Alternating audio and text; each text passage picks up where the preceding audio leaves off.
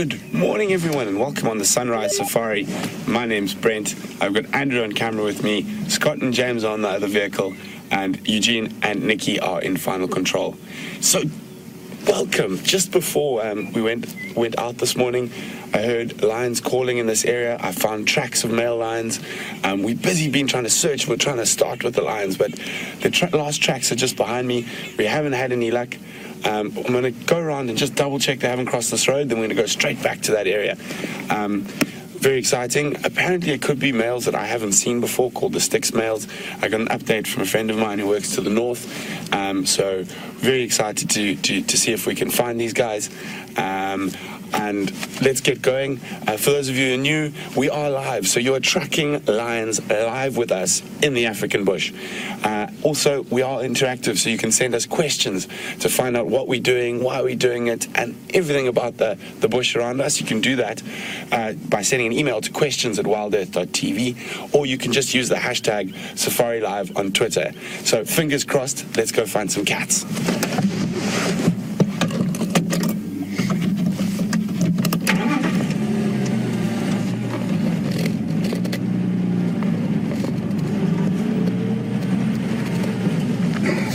So the last tracks I have are probably about 200 meters behind me, and I go off the road. Just double check that they haven't crossed here. You're going to hear me on the Game Drive radio quite a bit this morning while we're trying to coordinate our search with the other vehicles.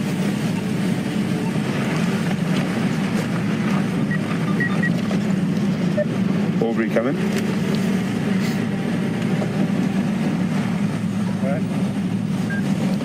Borbs, did you do Voya's access all the way through to the gate?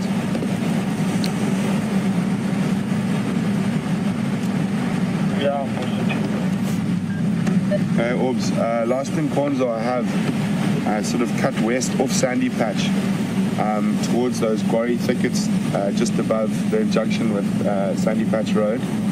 I'm just double checking Voya's access now, but I don't have any in Cornzo coming out yet.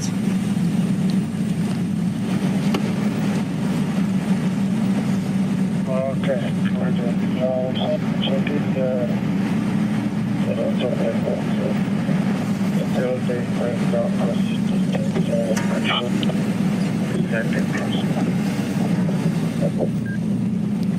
Copy, thanks.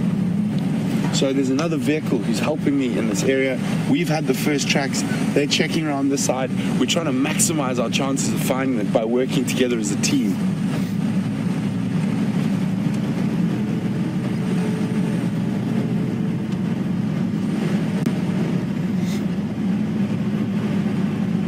So if we find no tracks coming out here, fingers crossed that they are in this block to our east.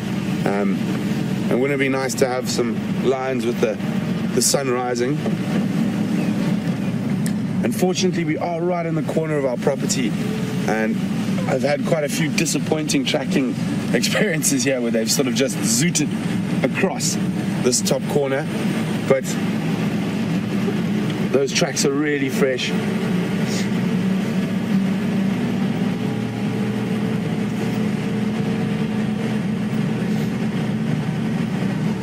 There's some big elephant paths that come through this area that I'm checking now, that are like animal highways.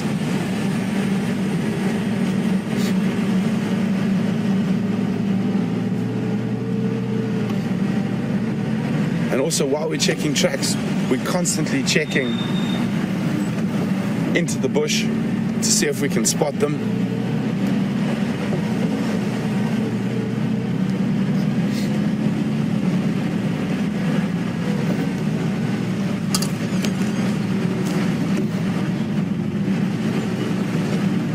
There's a lot of buffalo tracks here as well. It looks like there was a herd of buffalo here during the night. We're gonna head back to where I last had those tracks going off the road.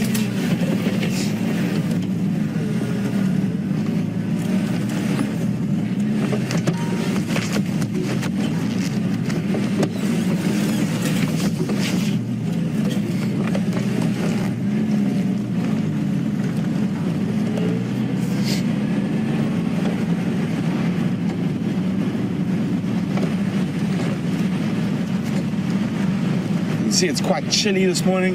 Probably reckon about 12 or 13 degrees, about between 50 and 55 Fahrenheit. I know for a lot of you guys that's considered warm. For us out here, we're not as tough. We consider it quite cold.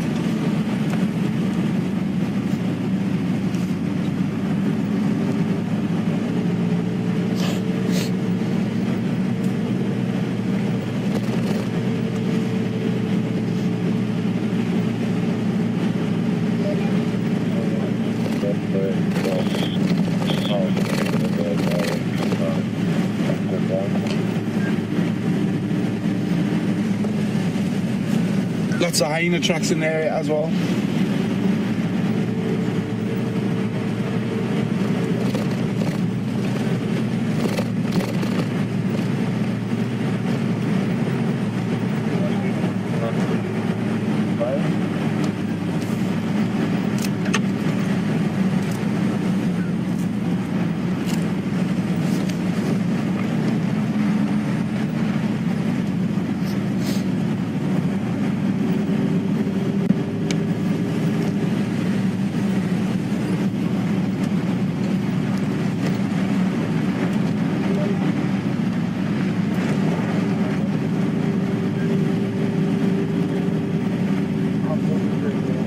Want to double check another road here. Morning, Impala.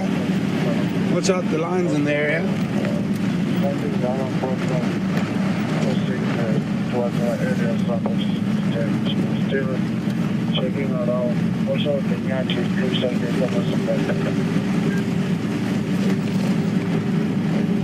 Just want to check, make 100% sure nothing crossed on this road. Then I'm going to go back to last tracks.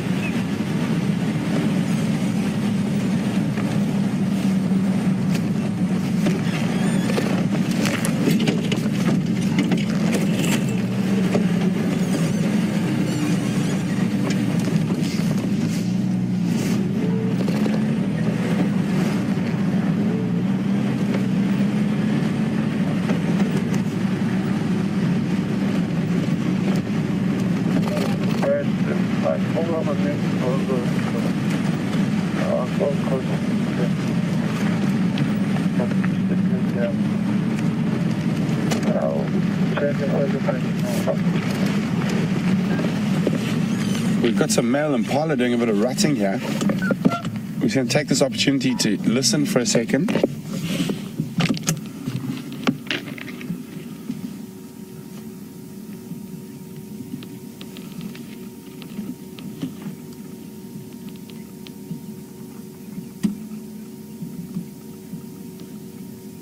And we've got a tweet from Colby.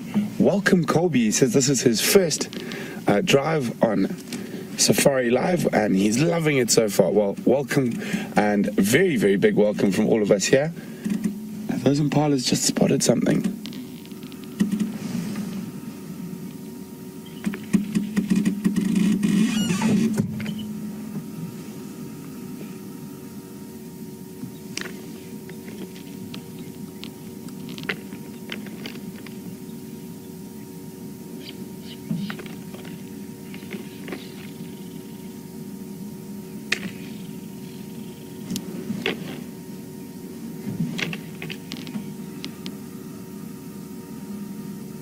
So there's some other Impala just to the left of these two who are having a bit of a box, a Barney. It's not too serious. Rebecca is not active. But no, they're not that perturbed.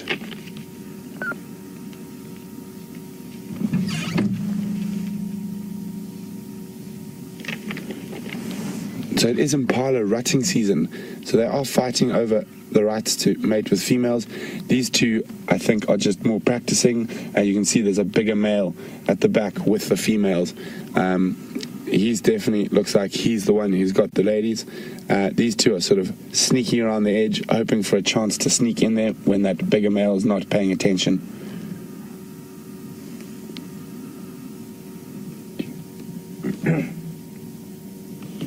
So when we're in the bush, our ears are just as important as our eyes when it comes to finding things. So we're listening very carefully, and I'm watching the animal's behavior to see if it gives away if there's a predator there. But it looks like they've calmed down a bit, so I'm going to get going back to where I had last tracks.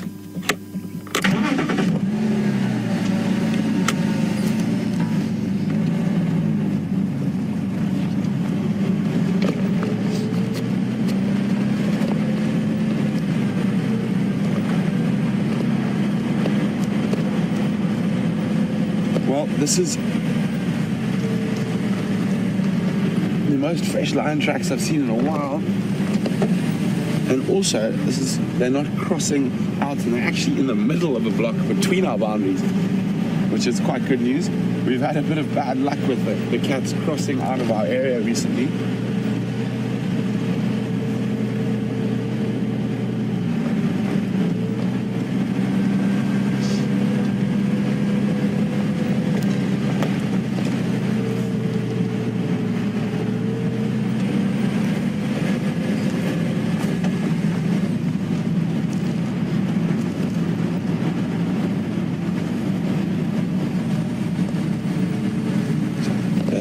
I think they're somewhere in this block here to our west.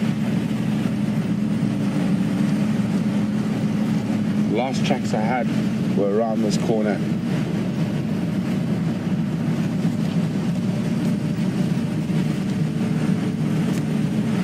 So the other thing I was listening for, because of that big, that herd of buffalo,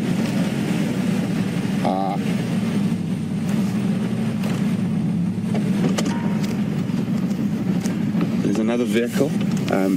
This is who I was chatting to about earlier, who's helping look for the lions at the moment. So we've both been checking an area.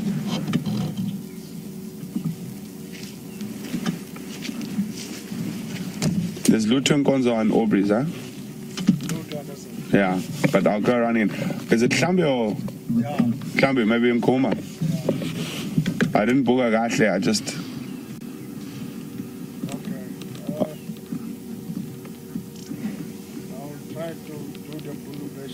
Okay, I'll go around. Good luck. Okay, so Aubrey's got a tracker with them, Timber, and they're going to actually go on the tracks through into the bush. We're going to loop around in the front, obviously.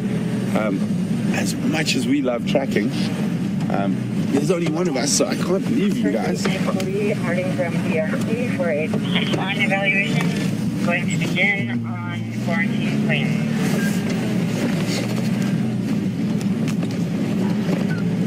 So I'm on the camera radio again. Copy any updates following up on the tracks of Klambi and Ngala. At the moment they are heading south from Sandy Patch towards Aubrey's Red Junction. Okay, Brent, thank you very much.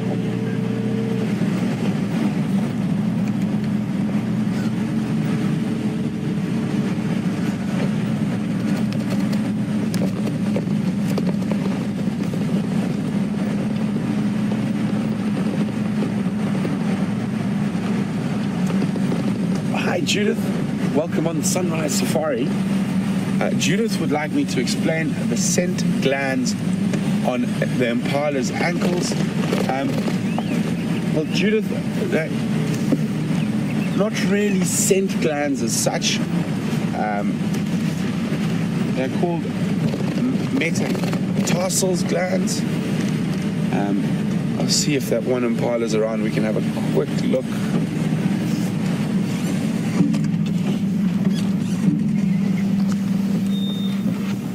If we just go forward a bit.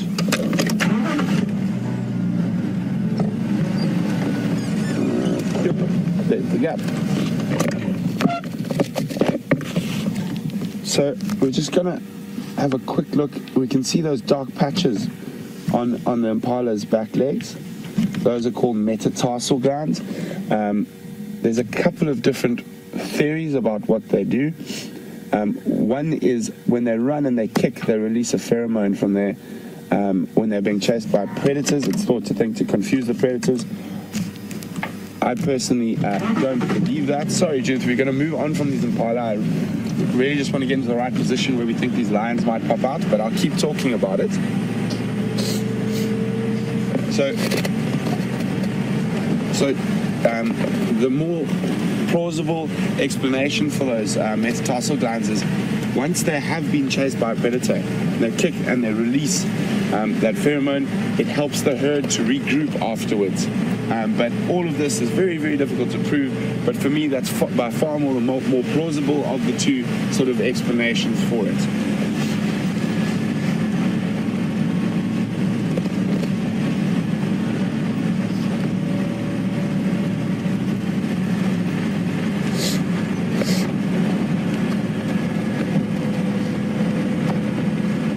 So those tracks are heading through the bush like this. So it's following them on the tracks, and we're checking around the edge to hopefully second guess where they're going. So that's a really important part of tracking, and especially when we're working as a team like we are this morning. Not both of you don't have to follow the individual tracks. You can have someone looping the area in case they are a bit further from the tracks than you think they might be, and that gives us a much better chance of being able to find them.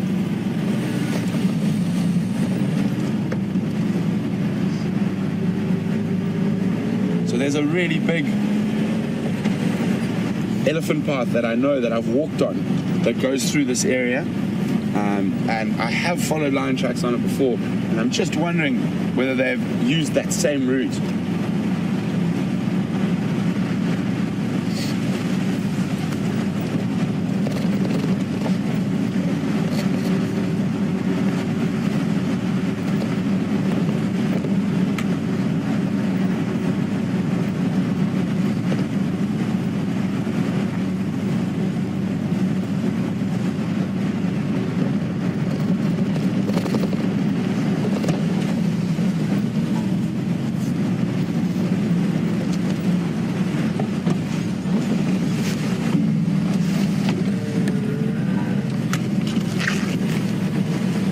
Now we're going to go very slowly and check carefully. I have driven this road already this morning and I didn't see any tracks, and it's very unlikely that I'm going to miss the tracks of a pride of lions.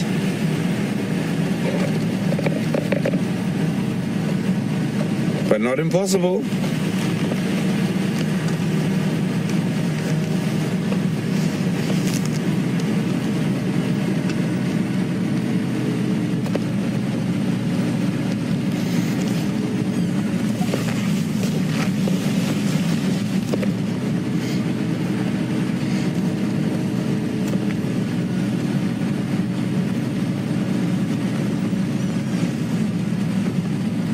Hi, Angela from Missouri. Welcome on the Sunrise Safari. Sorry, Angela, I'm not going to look at you right now. I'm really concentrating on finding these lion tracks. Angela would like to know the coldest place I've ever been and what was the coldest temperature. Well, in Africa, Angela, I've probably been down to about -5, -6 degrees Celsius. I think that's below 30 Fahrenheit. I'm not 100% sure. And that was in a place called the Makgadikgadi Salt Pans in Botswana. But the coldest place I've ever been was Chicago. And I think it was about -15. And it was snowing and miserable. I know a lot of people love snow. I'm not one of those people. So while we are concentrating really hard on finding these lions, we're going to cross across to Scott and see what he's been up to in the morning. I know he's been searching long and hard for you guys like we are. So we're going to cross over to Scotty and we'll be back with you a little later in the drive.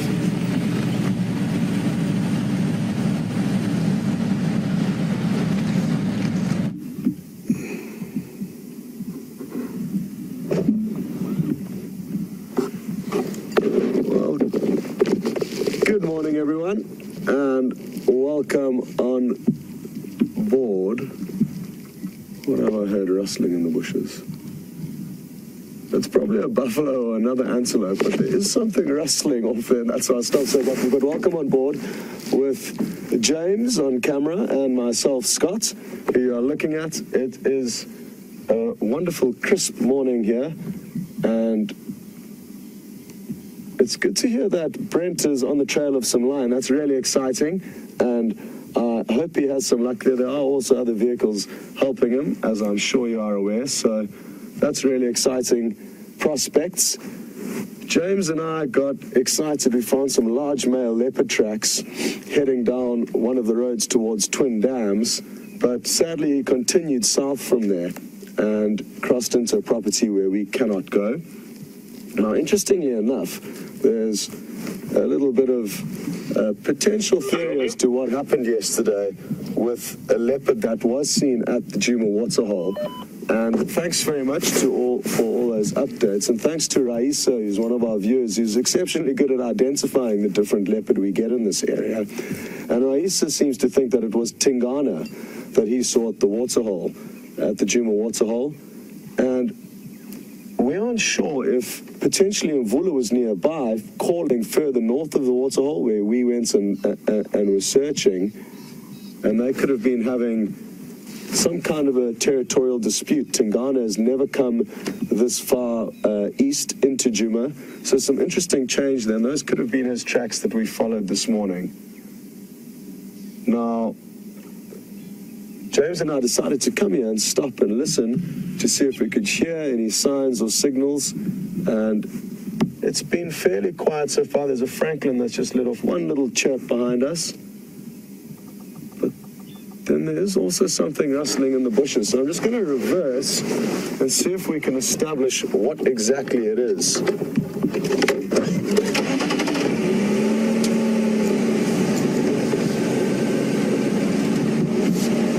must be a large animal, I would tend to think, but I could be wrong.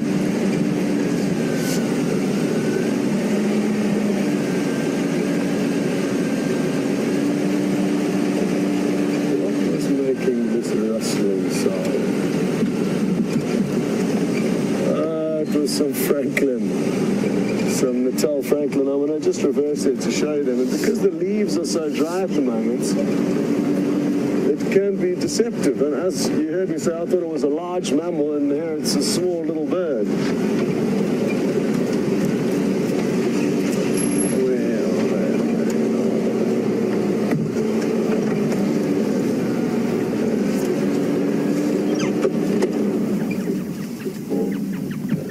Scampering through some thick vegetation. Well done, James. Mm-hmm. Oh, just a bit lower. There we go. So these are the Natal Franklin, and they've got that bright orange beak and legs, and lack the white eye stripe that a crested Franklin has. These are the two most common Franklin we see. But now that they've scurried off, we shall continue. But before we do, if anyone would like to send questions through to either Brent or myself, please do so, and it's really easy. You just hashtag SafariLive on Twitter and then send your question through with that, or send an email through to questions@wildearth.tv. And it's a great way for us to share stories and share facts and knowledge, and also for you to point out some things that you may notice along the way that we may overlook. So send us through your thoughts, comments, questions, and that way it'll help us to craft the safari to your specific needs. About 10 or 15 minutes after we went live, hoping to hear some more audio, but there was nothing further in terms of audio or leopards that I could hear, and nobody that I know of actually managed to locate on the animal that we had heard calling north of Gowrie Dam. It's a very, very thick block, and not many roads taking you through there. So, well, not any roads taking you through there. So, a difficult place to search for leopard, even though we knew it was there, we could even hear it calling. To get to where it was calling was really difficult because of the thickness of the vegetation. But like I say, it's not often that we do find the animals we are tracking, and each time we spend investing our time trying to find them, it increases our likelihood.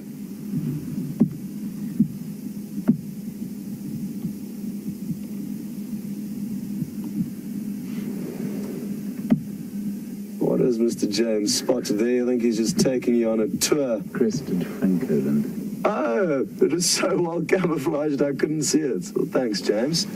And there I can see it now moving, and that's great because now we can compare the Natal Francolin that we saw earlier to the crested Francolin. And the main characteristic that you can see, even as it moves through this thick bush, is the white eye stripe that the Natal Francolin lacks.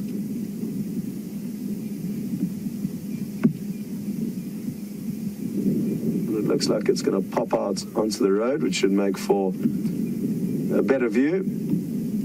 Here we go.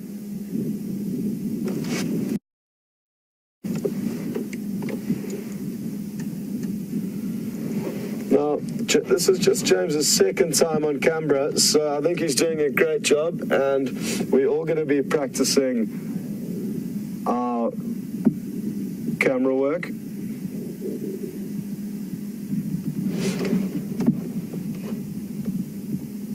And I've just got a question through from Kathy in Memphis. Morning, Kathy, and welcome on board with us. Kathy would like to know whether Francolin can fly, and yes, they can indeed. The only bird that cannot fly that we find out here is the ostrich, and we don't find them really in the Sabi Sands, but in areas very close to us, even in the Manyaleti, there are ostrich. They prefer open areas, open grasslands, and that's the only bird that doesn't fly in this area of operation. The Francolins, just like a chicken, you could say, can fly. They're not very good flyers or long-distance flyers, and spend the majority of their day on the ground feeding. And Kathy, it's also where they nest. Kathy would like to know where they nest. They nest in small scrapes and nests and thickets. So on the ground, they've got very cryptically camouflaged eggs, and they've got a very basic nest that they build that's basically just a scrape or a hollow out of the ground. We were fortunate in the summer to see some Francolins with their tiny little chicks running around. They're really cute, and also just like the eggs, the chicks are also very cryptically camouflaged because they cannot fly and they're not safely secure in a nest up in a tree. So their camouflage is critical for their survival. They really blend in with the vegetation well, and if they just stop moving, they basically disappear.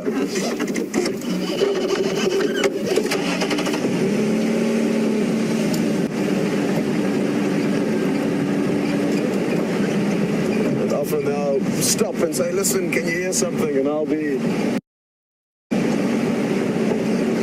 oblivious to whatever it is that they can hear.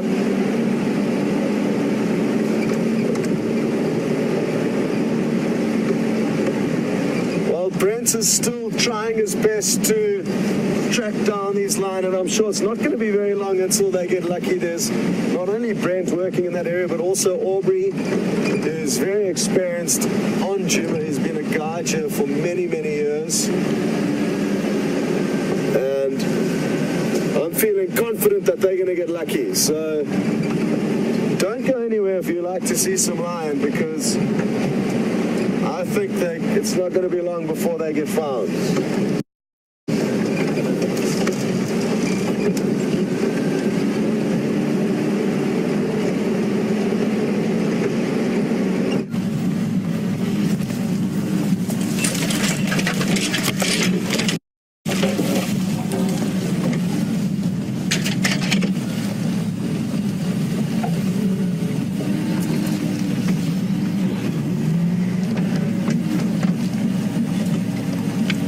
Welcome back, guys.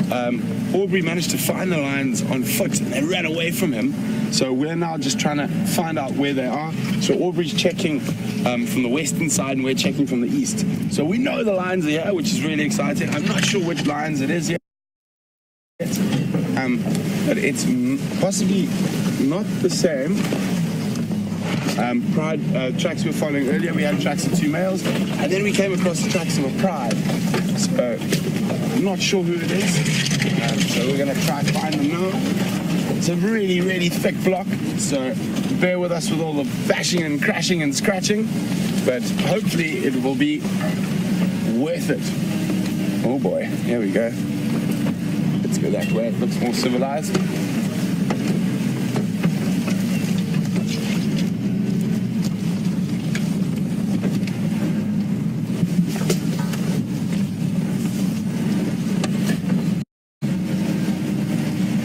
Oh my goodness gracious me.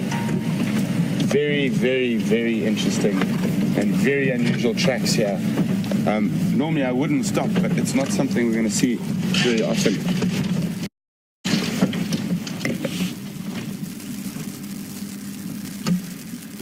So have a look there. It is an unusual track, very unusual track. And what do you guys think? While we're bashing, crashing up for these lions, I'm going to give this to you. What do you think made these tracks? Very unusual track.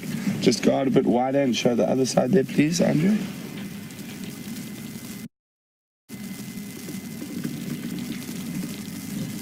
But the strange one is this one here. So you can. What do you think made these tracks? Send your answers to questions@wildearth.tv or use the hashtag SafariLive on Twitter. It's on a termite mound. There's a hole over there, but I don't think we're going to be able to get through further this side, so we're going to reverse. But a nice, interesting track for you guys to try figure out while we try find these lions.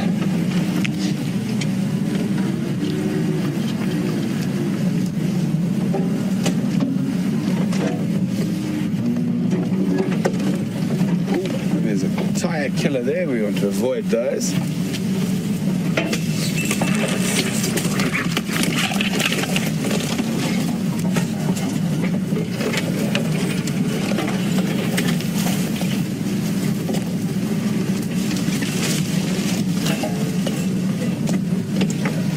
So we're keeping our eyes peeled. We know the lions are around here somewhere. I just saw Aubrey through the bush.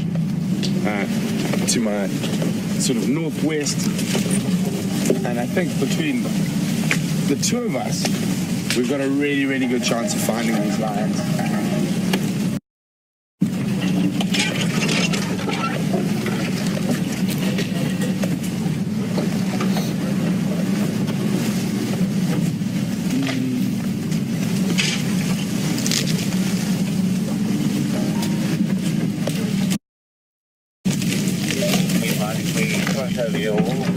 Heading out further east.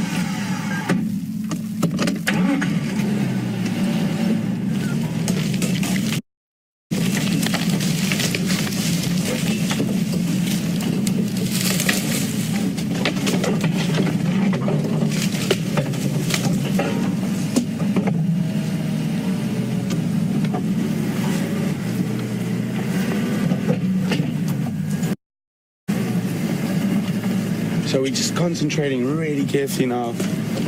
What we're looking for, if they're lying down, is that white belly, or we're just looking for like a tail flick or an ear flick in this grass. You can imagine this grass is almost the same color as the lions, so we've got to use our eyes quite carefully now.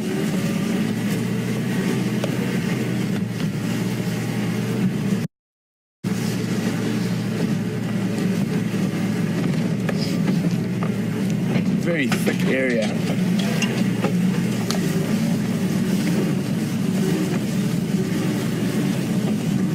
Oh, there's a gap.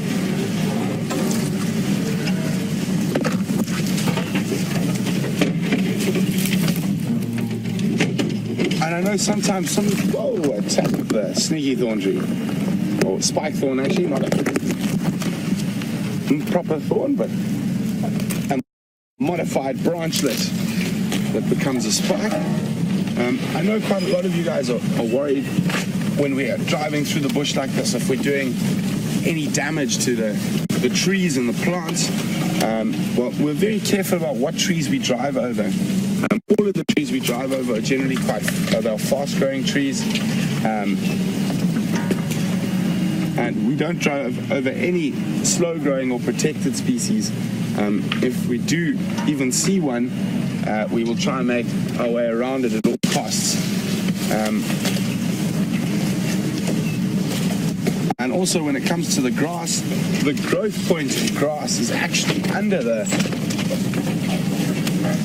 ground. So driving over the top like this doesn't cause any adverse effects. Just in case anyone was wondering out there.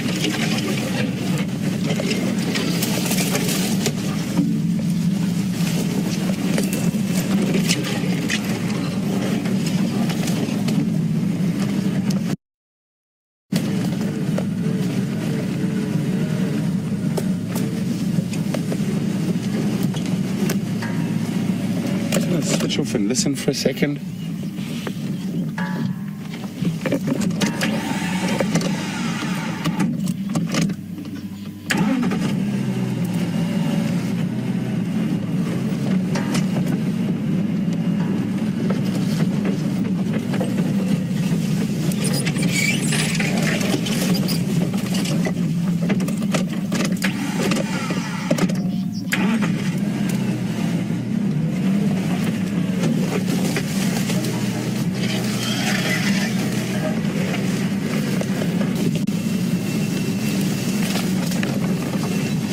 So, we're going to carry on bundu bashing and crashing through here, and we're going to cross over to Scott, see what he's got, while we try establish exactly where these cats are.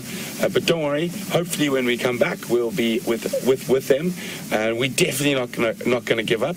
So we'll catch up with you a little later.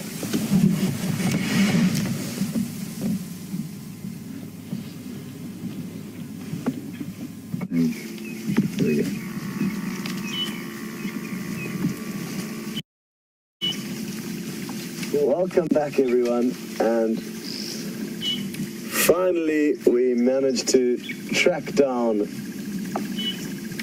this large herd of buffalo. It's a sight we don't often get to share with you, and so happy that they are on Arathusa. There's a combination of big bulls that are in their prime, young calves that have been born fairly recently,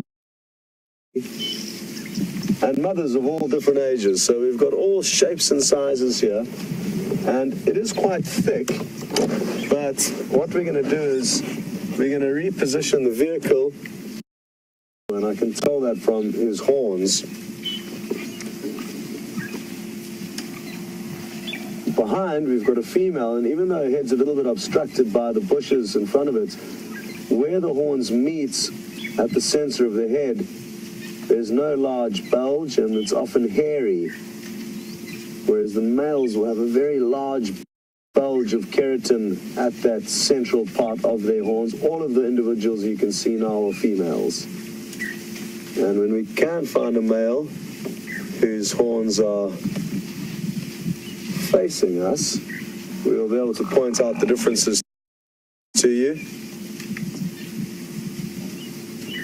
And I was actually wrong. The initial one that I said was a male was actually a female as well, so apologies for that. Was incorrect. I got a bit ahead of myself and tried to ID it without seeing its horns properly. Now, there's a strong likelihood that the lion Brent is looking for now are the lion that were following the same herd of buffalo last night. Apparently they were trailing buffalo, and who knows, maybe they managed to catch one. Difficult business, even though there are lots of youngsters that we can see now that are easy to bring down. The herd of buffalo will turn on lion once they've regrouped and gathered themselves after the initial shock of lions attacking them, and can come and chase lions off young calves or any buffalo that is managed to be brought down.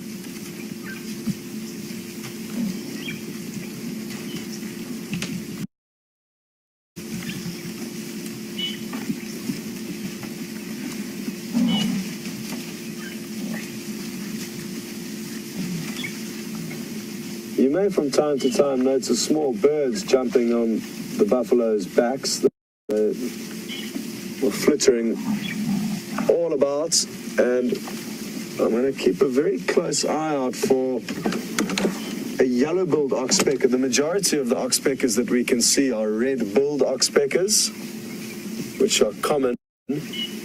But occasionally on these large herds of buffalo, we can get lucky and see the yellow-billed oxpecker. It's slightly larger than the red-billed, and half the bill is yellow, half the bill is red. So that's something to look out for, and again, it can be,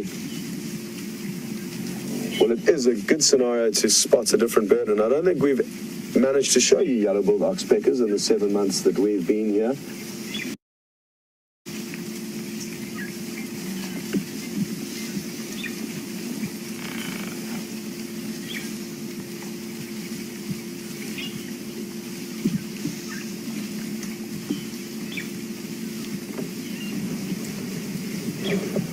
I'm wondering where I could reposition the vehicle to try and get you some clear images and get James into a better position to show you the herd.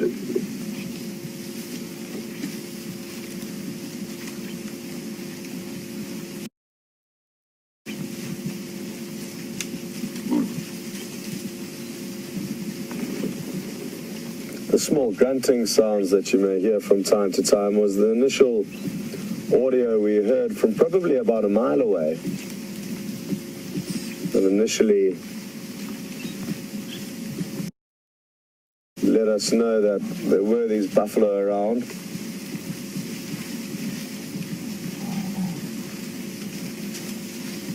And those little grunts are just the buffalo communicating amongst themselves.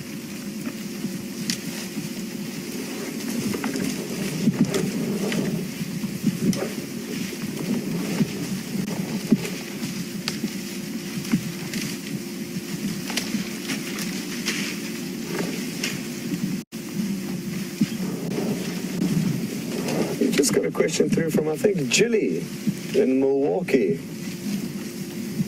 And thanks very much for sending your question through, Jilly. Jilly would like to know the average lifespan of buffalo in the wild. And around 20 years is one stat that I've been told of, but I've never personally actually monitored the lifespan of buffaloes. It will be roughly around the 20-year mark, and in general, the rough rule you can use is that the bigger the animal is, the longer it will live for, and that goes for the herbivores. So the smaller antelope that you see typically don't live for as long, but it's just a general rule.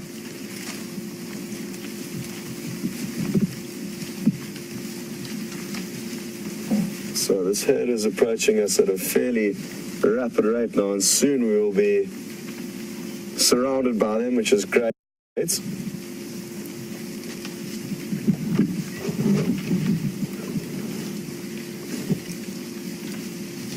It's tricky to guess how many are in this herd because it is very thick and we probably can't see a large portion of the herd.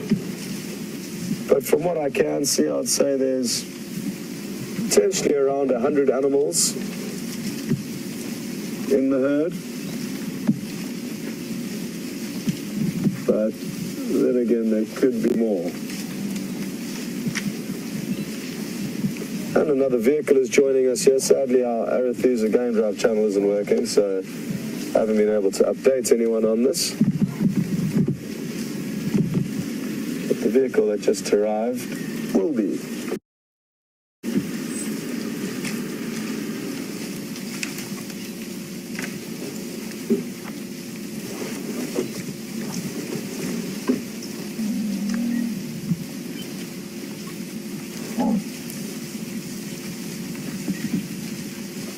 Well,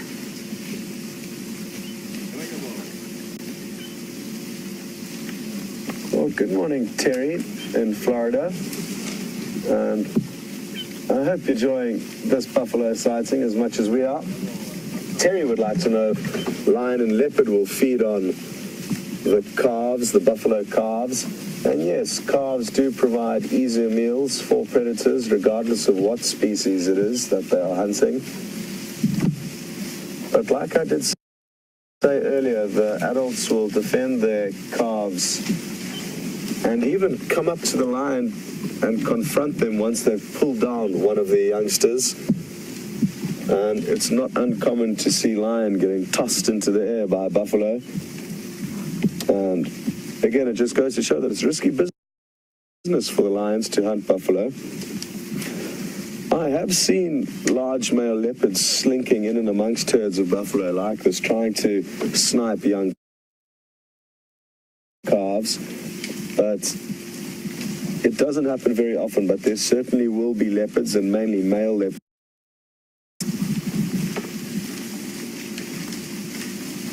Shame.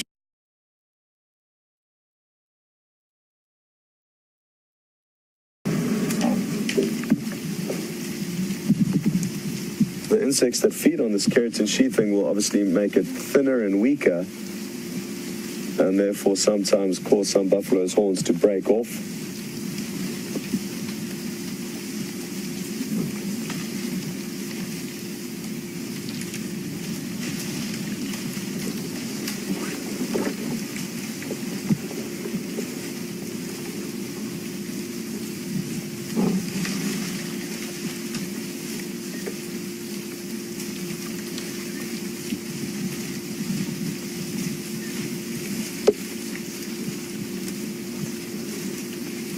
Well, there's a great opportunity to welcome a first-time viewer called Willie, and he's having a great time on board with us, and so happy that you are enjoying this show, Willie. It's a live show and also interactive, as you've clearly worked out and already sent through your comments.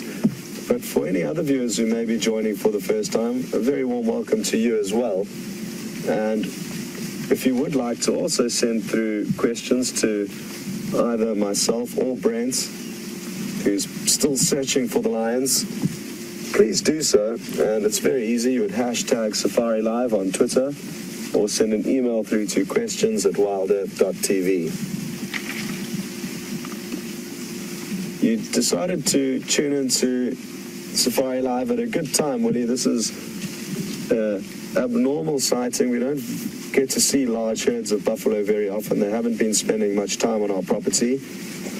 The big old bulls like you're looking at now, that you can see that center parting of the horns is really pronounced. They're common, and we have a lot of them around Juma and Arathusa, but we don't often get to see the females and their youngsters.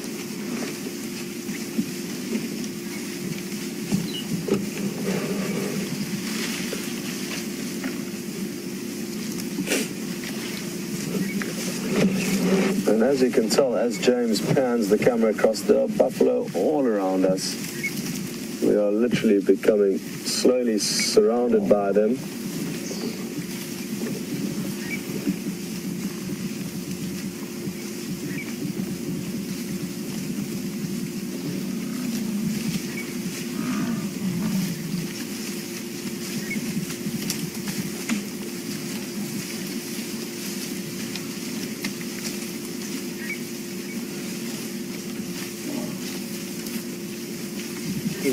Good morning, Don in California, and thanks for sending your question through. Don would like to know if I've ever seen any freakishly large buffalo bulls in the years that I've been doing this. And yes, in the Sabi Sands, in this area here, I've seen some very big bulls, as well as some cows with massive spreads of horns. It's not uncommon for some cows to have a very wide rack, a very large sets of horns in terms of their length. And also up in East Africa, I saw some massive buffalo bulls. And we are really privileged in the quality of horn sizes and body sizes of the buffalo that we see in this area.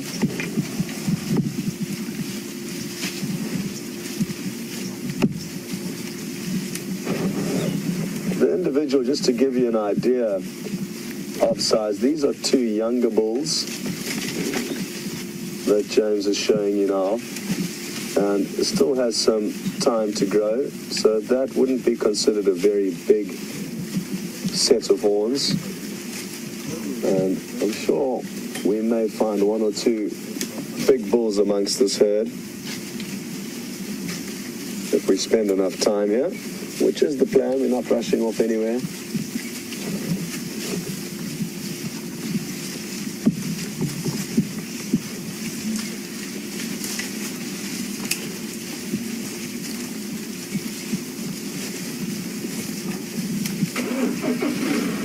I just want to try and, I know this, I just need to pull over a little bit to try and make space for this other vehicle, or what is his plans? I think he may be,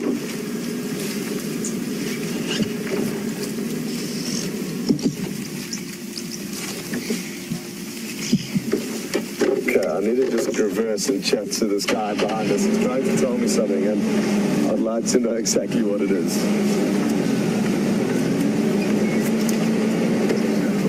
How's it, Paul? Good, thanks.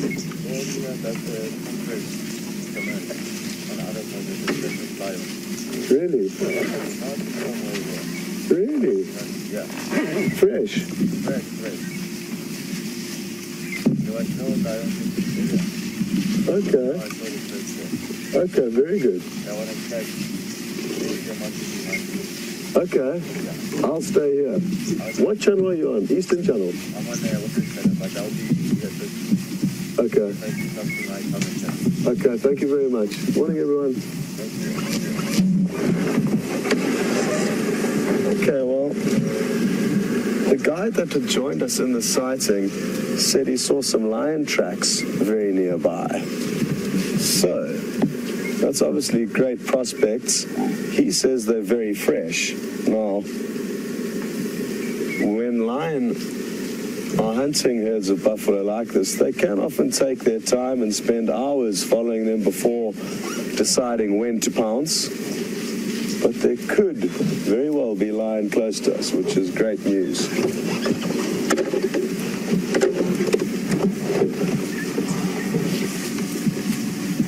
Just going to see if I can reposition ever so slightly to give James a better angle.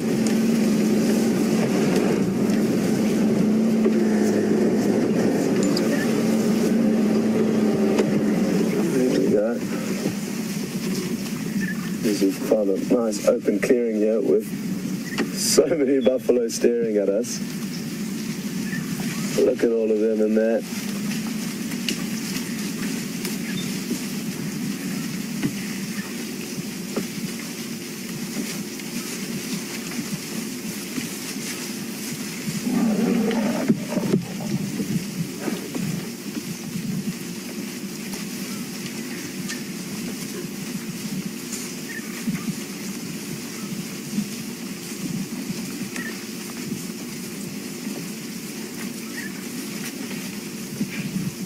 Good morning, Anna Marie in New Jersey, and welcome on board with us. Anna Marie would like to know what the gestation period is of the Cape buffalo. And Anna Marie, I must commend you on calling it the Cape buffalo. These may often be called water buffalo, but that is the incorrect term. Water buffalo are animals that occur in India, and the official term for these buffalo are Cape buffalo. Their gestation period is about 8 months, as far as I'm aware, but I could well be off. But I think that months. James is just silently mouthing to me 11 months. So thank you, James. 11 months is the gestation period, not 8. And I really wonder whether there are lions here. like I said, you'd think the buffalo would be reacting very differently if there were any lions around, but predators will take time to ensure that they make the most of an opportunity rather than charging in full steam as soon as they come across any prey.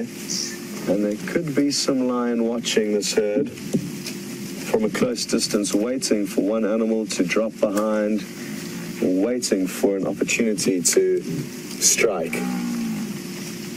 We'll know all about it if that happens. There'll be thundering hooves and clouds of dust.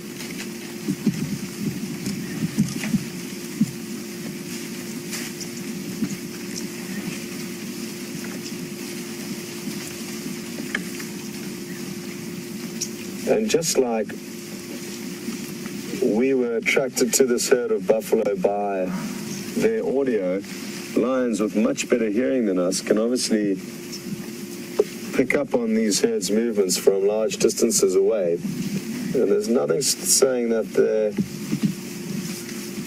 are not some lion on the tail of this herd.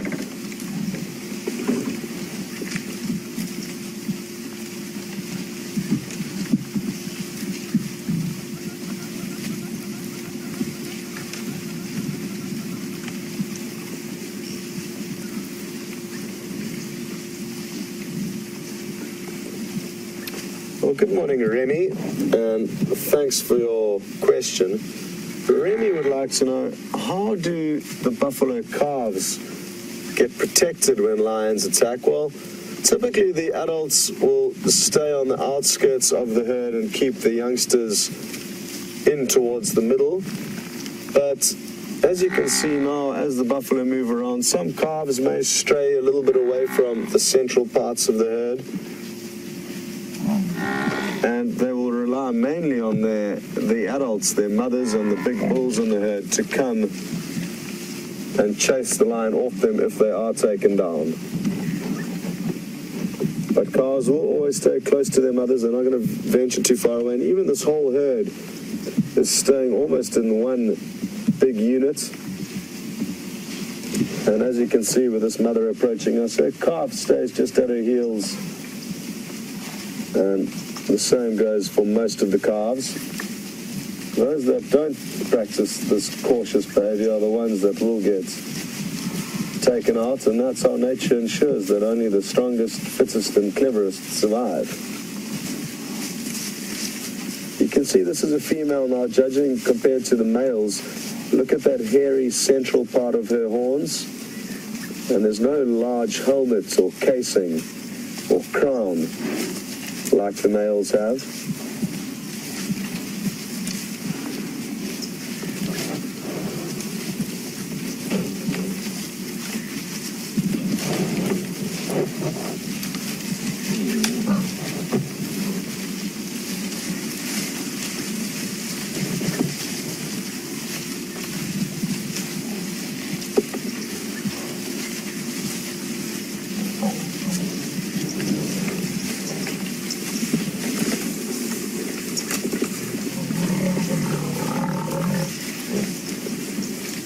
Well, just got an update from Brent, and he feels like he is getting much closer to the lions. So, if you would like to see some lions, don't go anywhere, cancel your plans, because Brent is hot on their tail and feels that it'll just be a few more minutes until he's in the right spot. And aren't we all going to be really lucky then? What a morning, this large herd of buffalo. Look at this big bull. Now you can see that crown of horn in the center of the head. No hair. And a whole heap of attitude on that face of his. They really do know how to display a look of dominance. They don't take nonsense from anyone. Even lions will be very cautious of hunting these animals.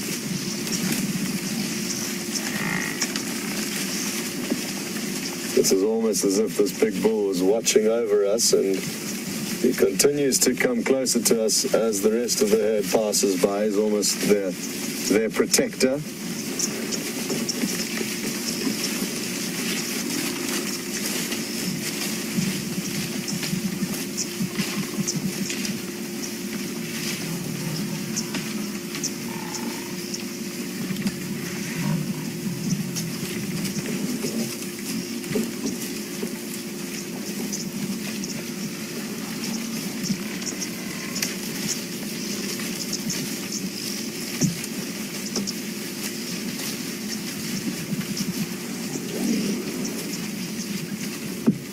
Well, good morning, Natasha in Belito. And welcome on board. I hope you're having a wonderful day at Belito. Belito is on the east coast of South Africa, for those of you who don't know what we are talking about. And Natasha would like to know whether buffalo bulls will come into a period of must, which is a sexually heightened period that elephants will come into. And not that I'm aware of, no. They will be primed and ready to go throughout the year. But like I said, there will be a seasonal peak of mating, which would be kind of in the summer months, aiming for a hopeful birth in the following summer. And after the 11-month gestation period, that kind of works out. So they'd like to mate in summer, but I've even seen a few bulls mounting females at a distance in the thickets while we've been sitting here. So they'll mate throughout the year. Well, we're going to keep an eye on this herd of buffalo and make sure that there are no lions trailing it. But I think it's a good time for you to jump on board with Brent. He feels like he's getting closer to those lions, and I hope you all get lucky. We'll see you a bit later.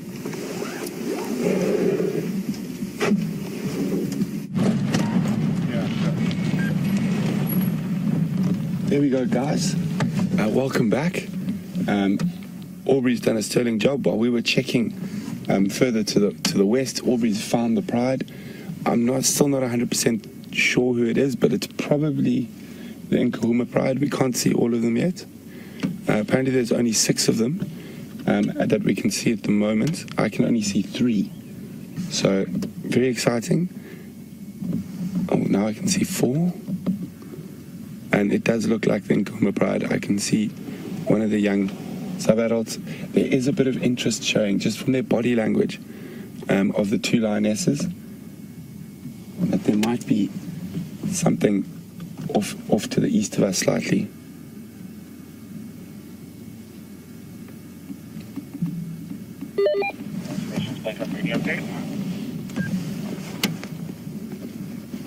So this is why it's very important to work as a team. We managed to cover more ground and were able to find the lions.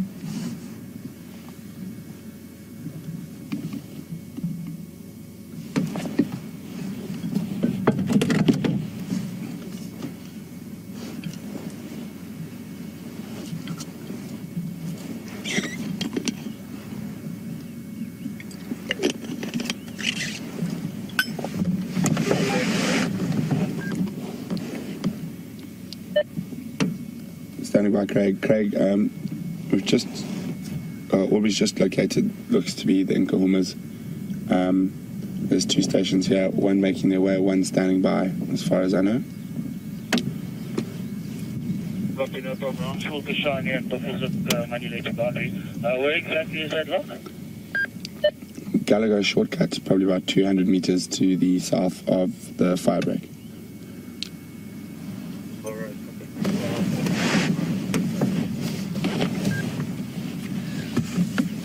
Yay, guys. So happy. A bit of hard work, a bit of bundu bashing, and we've got the lions. Big thanks to Aubrey, who's been working the area with me the whole morning. And we're on the lions. They are looking like they are moving, so we're definitely not going anywhere. We're going to stay with them.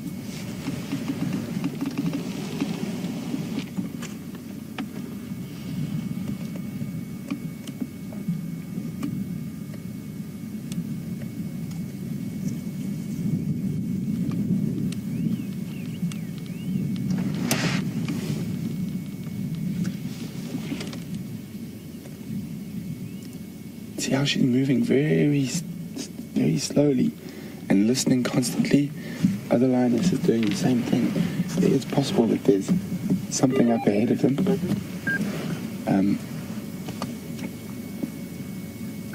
We're up on a crest, so there could be buffalo.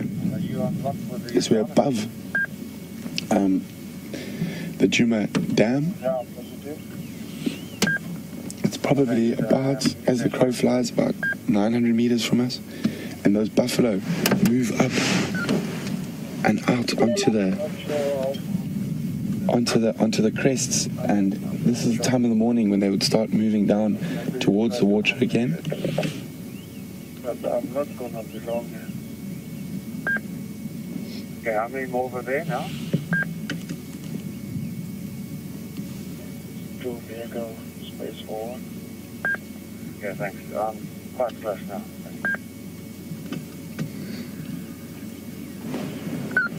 So I can still only see 4 individuals. We've got this lioness here. No, I'm just coming up to the side. There's 2 there, and there's another lioness. We might just be able to make her out through the bush. There we go.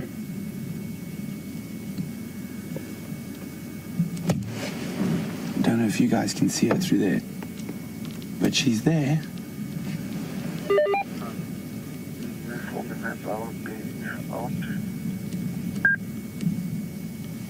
No, don't pull out for us. You'll just wait here until you're ready.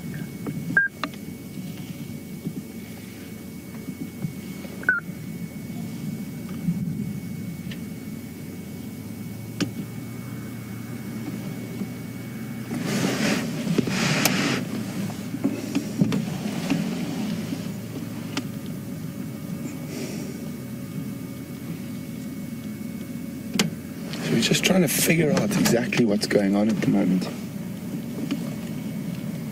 I mean, there you can see that dark behind the ears, how it stands out. And that is a following mechanism for the other lions to follow them through the bush while they're hunting or whatnot. You can see how distinct the blacks behind the ears are.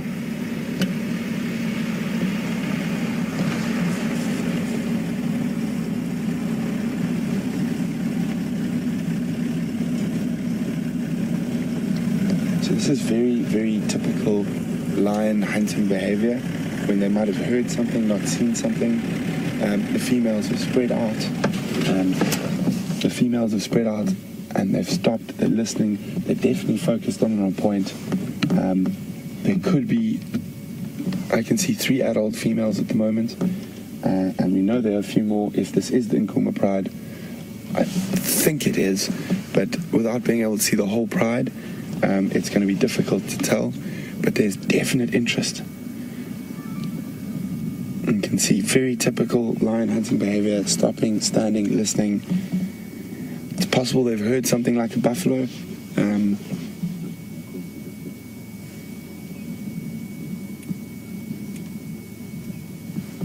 So guys, I'm just going to chat to the other vehicle that's just arrived next to us, just to let them know what's going on. We can only see 4 out of the...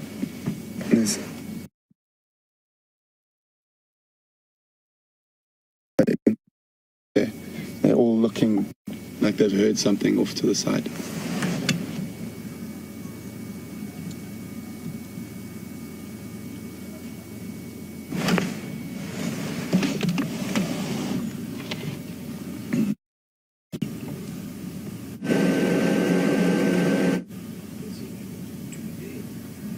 You can see she's very intent on something.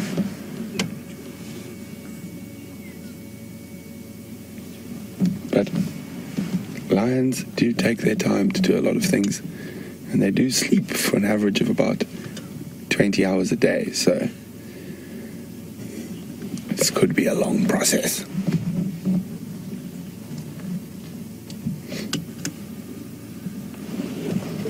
It's warming up quite a lot. I'm gonna take my jacket off now.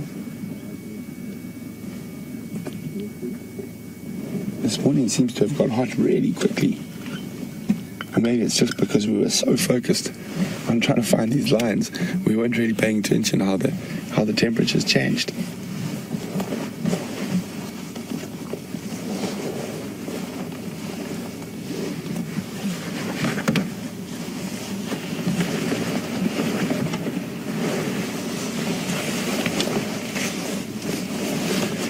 So excuse all the ruffling while we discard some layers.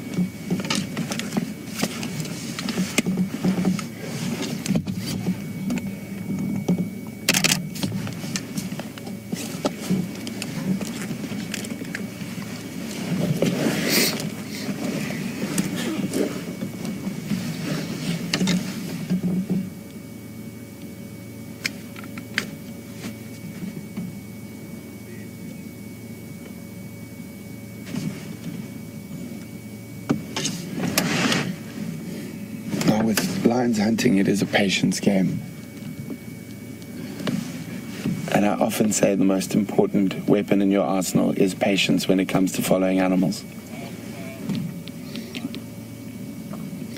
So while we're waiting for the lines to do something, I showed you guys a very interesting track a little bit earlier that was on the base of that termite mound where there was an obvious hole, and it was a very unusual track. So that's why I asked you. And, oh, sorry, the sun's just really getting me at the moment. Let's do that. So that's why I asked you. And we've had a few answers in. And no one's got it right so far. It's a very unusual track. It was an elephant's trunk, where the elephant had put probably about a third of its trunk on the termite mound and just rolled it there. So it looked very much like a python or a big snake track, but it was just the elephant's trunk. It was just really unusual. That's why I thought it would be nice to show you guys. So an elephant was actually the correct answer, even though it looked like it was completely, definitely not an elephant. But a few of you did get it right. Gilly, Elaine, Patty, Joanne. You guys were the first to get it right. So well done to you guys. A very unusual elephant track.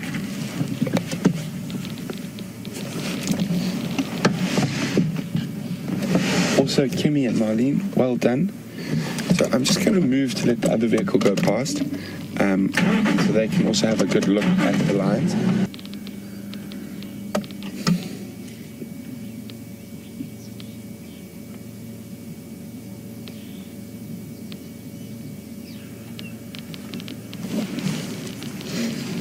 So I've been trying.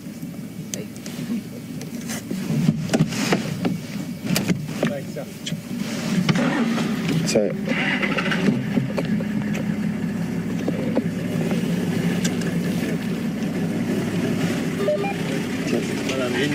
Brent, sorry. Really sorry, I had an open mic. No problem. Nice to meet you. I'm sure we'll see you out there again.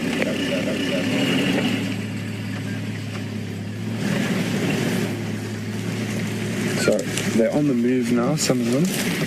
I'm going to explain why I've chosen to stay right here on the edge with this lioness now. So knowing the terrain that's happening here, there's a little drainage line in front of us. The others are moving that way. She's going to move this way. What I'm going to try to do now, that I'm staying with these is around the corner. And if, oh, they're all on the move now, except for the one lying next to us. But the reason I'm staying right here on the edge is they are heading straight across towards where this little road goes. For those of you who were on the Sunrise Safari yesterday, I think you guys named it Mount Mongoose, and that's just around the corner here. So yesterday we were looking at Africa's smallest member of the carnivore family on this road. And today we're looking at Africa's largest member of the carnivore family. So I'm gonna come back here now. Just want to see if I can figure out what they're so interested in. And we're actually approaching Mount Mongoose, as you guys have named it, right now. And the lions are just off here. We might even be able to get a visual from this higher ground here next to Mount Mongoose. But I just want to see, because I've been trying to listen to see if I can hear a buffalo or anything. And no, and big shock, and I find another lion. So it's possible that they were chasing something and they've been split and now they're looking. So we're at Mount Mongoose, literally Mount Mongoose is next to me, but we found another lioness.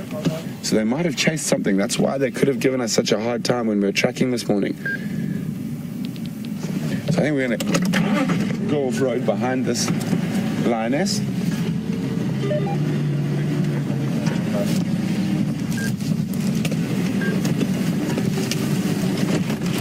So I'm afraid I'm going to have to turn the volume up on R2D2. It's because now that Aubrey's left, I'm the person in charge of the sighting, so I'm controlling the sighting, so I need to let people know where the lines are, what's happening. And as soon as there is another a senior guide in the area, I will hand over to him and I'll turn the radio off. So you're just going to have to bear with the beeping for a little bit. I apologize. If you've got time, there's an ingwe on the back of Purvis's camp, but he's very skittish, so he's actually lost him in the big right pasture later. So I can see the other lions moving on the other side of the drainage line. Specials controlling the Ingala lock. Looks great. Henry, very interesting. Morning. What's the standbys looking like?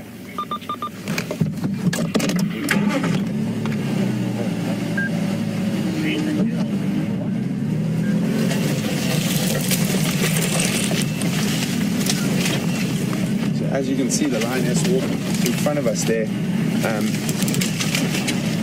If anyone is worried we might be disturbing them, just bashing around, you can see she takes no notice of it. She's been followed by vehicles since she was a cub. Have we managed to? They've changed their direction slightly. We might be on the wrong side of this drainage line, which is fine. We'll see if I can find a sneaky route through. Maybe we can just follow the lioness. No, we won't. That's a bit too steep, even for these vehicles. I did see another spot just off to the side. But fortunately, lions don't move like wild dogs. If we were following wild dogs, it would be a bit of a problem. But lions...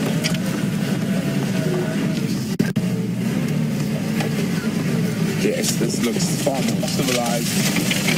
Maybe not to you guys, but to me it's something I definitely know I can cross through. Watch famous last words. Sandra and I have to start digging the lines just next to us. But don't worry, pretty sure we've got this one.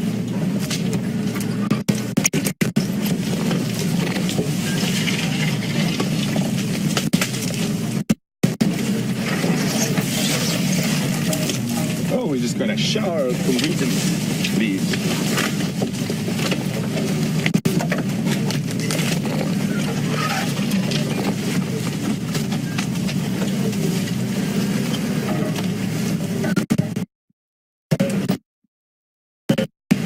I lost sight of those lines for a second. I think there might still be some behind us. But I want to stay at the head with the females in the front. In case they do spot something, I've got them again.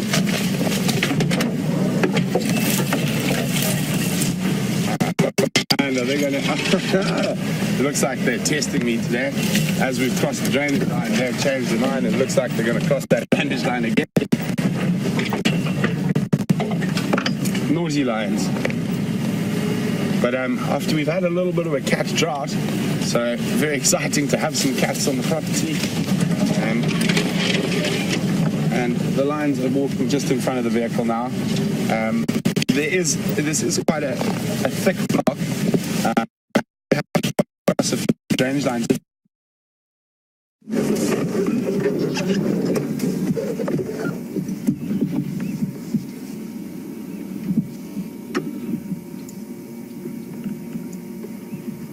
Welcome back, and it was an unplanned link because of the bad signal that Brent is going through, and apologies for that, but we've literally just got into position here, and what a morning this is.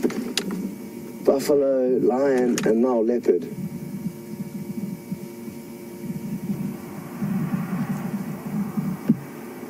Now, this is a female leopard called Shadow, and just before we got here, her and her cub were moving together, but then she would have obviously told the cub by a few snarls and growls that it's time for the cub to stay put. And she's moved off a short distance from where we were told that her and the cub parted ways. And she's just taking some time to relax in the shade and clean herself. Say or guess what she will do next. This may be a short break that she's having, or she may spend some time relaxing here away from her cub. It's not uncommon for adults to leave cubs away from where they are because cubs naturally want to play and suckle and essentially tire out the adults. So the adults take some time away from them when they can to rest and relax.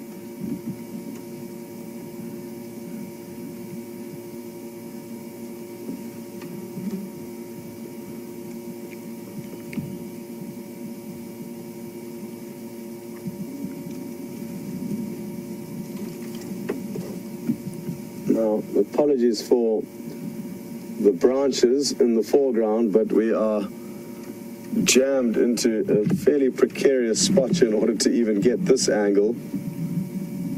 We're in a thick riverbed, and we're lucky to even have this view of her, considering the terrain we are in.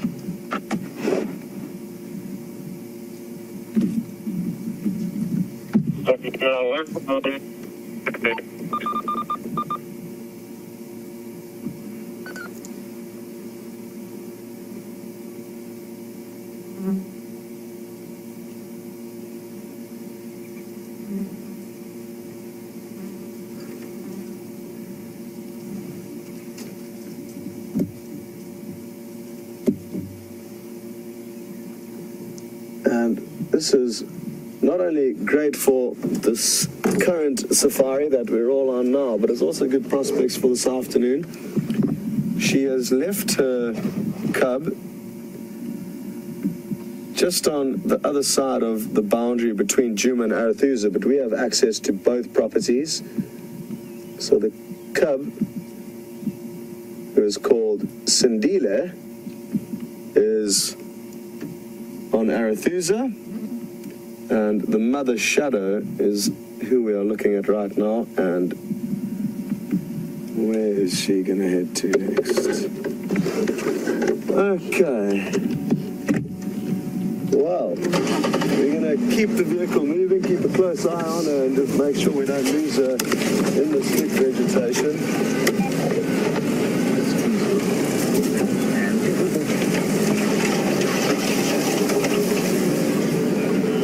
While we try and get another visual of this leopard and follow out of this thick stuff, why don't you head on back to Brent and see what the lion's are up to, and we will catch up a little bit later.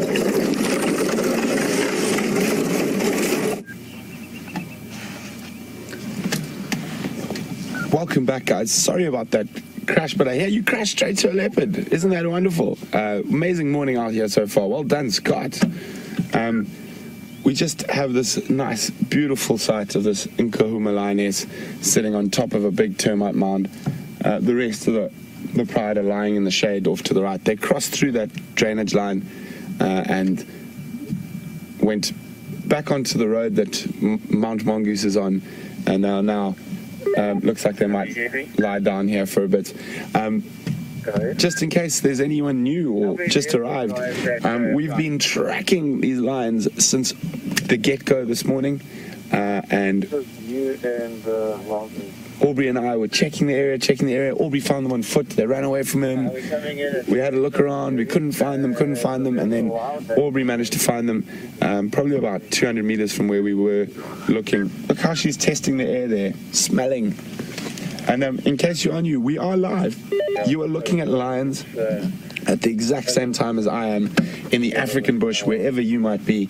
And for the old-time viewers, it looks like it's almost definitely the Nkahuma Pride. So nice to see them back again. They've been visiting the Manyeleti to the north, so great to have them back. They look like they've eaten, but they're definitely not full, so maybe they will hunt again, maybe this afternoon.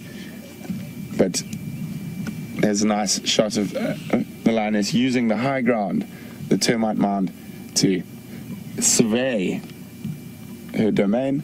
Also, we are interactive. You can send us questions about the lions we're seeing live right now, and you can do that by emailing questions@wildearth.tv or using the hashtag SafariLive on Twitter.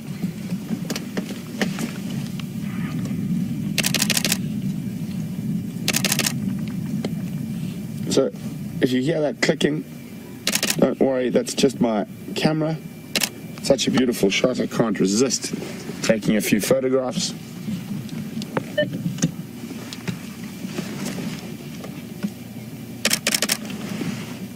Looks like she's going to go down and lie with the rest of the pride. Oh, she smelt something. I can definitely see some mongoose dung on that termite mound, so this could be another termite mound that the Mount Mongoose business use.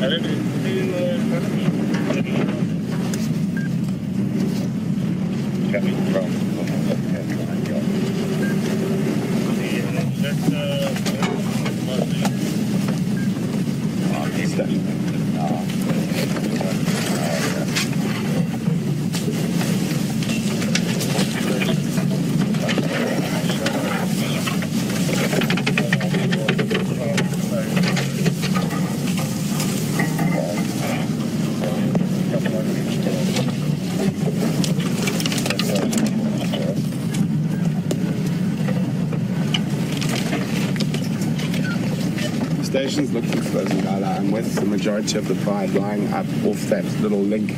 I think it's called Ephraim's Link, that comes off Gallagher's shortcut to the Buffalo Cut line. You will get my visual if you carry on that little link road.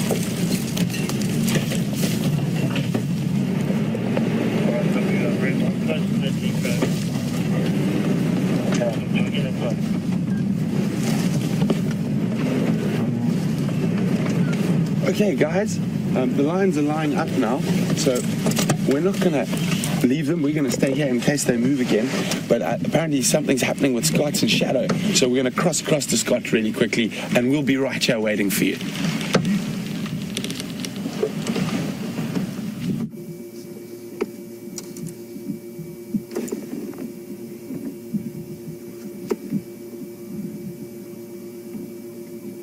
Welcome back everyone.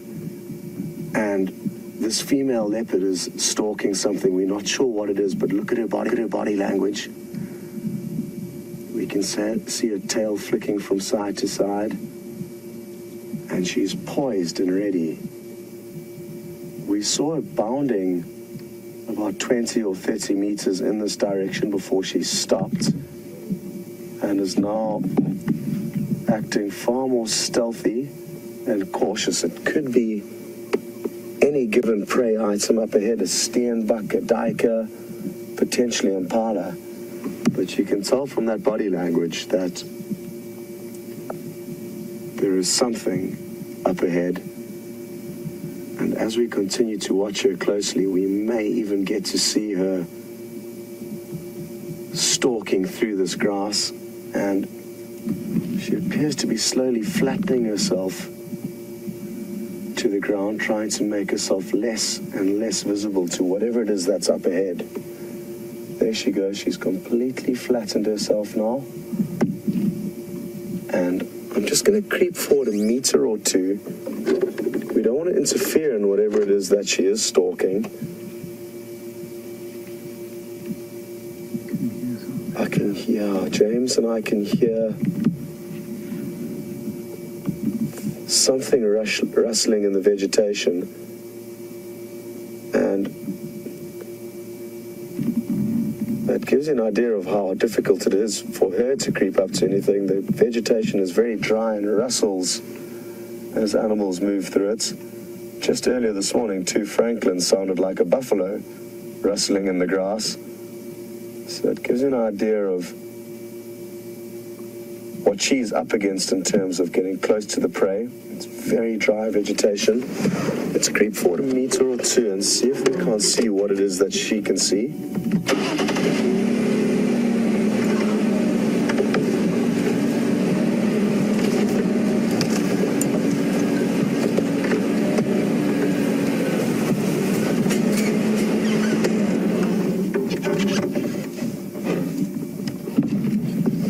Listening very, very intently, and I'm scanning with my binoculars. Oh, this is looking good.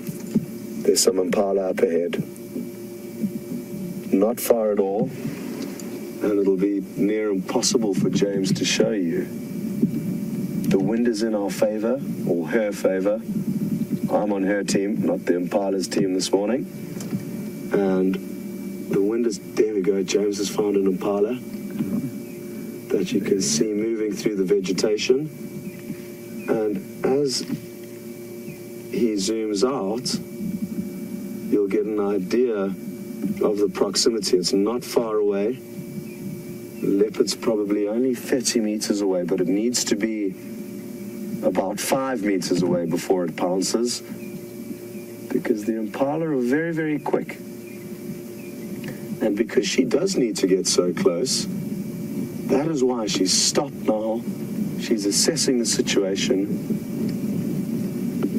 And if she's patient, there's nothing stopping the impala walking directly into her. Look at that. Look at her body language. This is awesome. She is so focused. One ear appears to be turning back and listening to us occasionally. But she knows that this is a great opportunity, and rather than rushing in there, she's taking her time to work out what the best possible attack would be.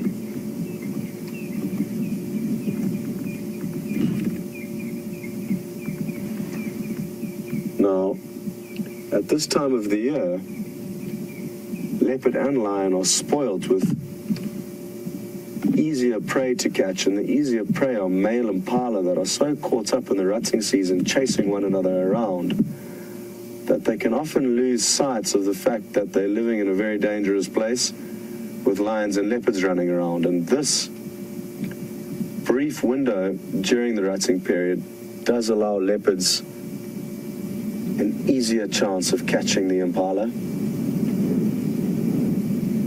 Here she goes. What are your plans, Shadow? Now, because her senses are so much better than ours, it can be difficult for us to understand exactly what they are hearing, and there may be other noises that she can hear off to the side now, or she just feels that she needs to link ahead of these impala. We're going to try and follow, but at a distance that we don't interfere or impact on what happens here.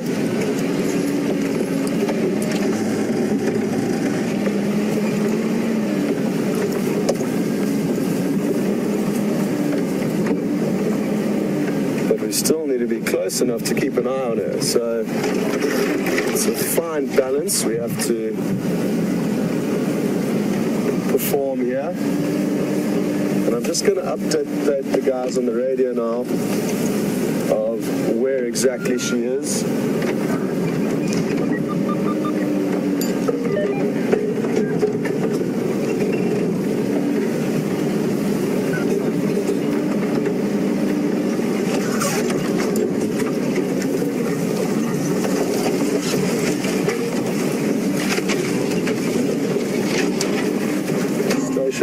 Shutter's very close to power lines and triple M junction that is mobile just south.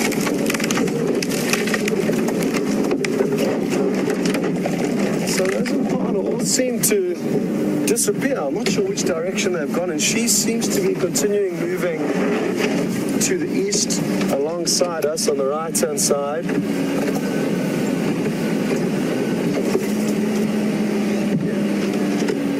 See her earlier. Can you see her, James? Let's maybe get a little bit closer in there.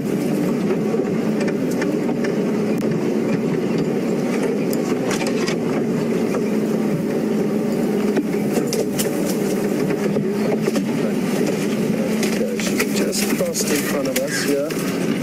And I wonder where these Impala headed off to. There's a strong chance that she could have heard them heading in this direction and is now following them because it's the rutting season. The Impala will run off and chase one another. They certainly didn't have any idea that she was there. That I can assure you.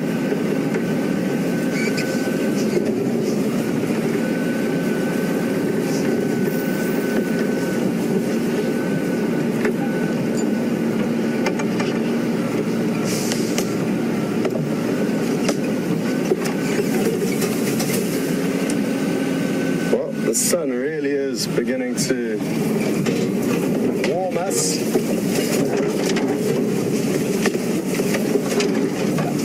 Just goes to show that leopard will also move in the warmer hours of the day. It's not just nighttime, which is a bit of a misconception.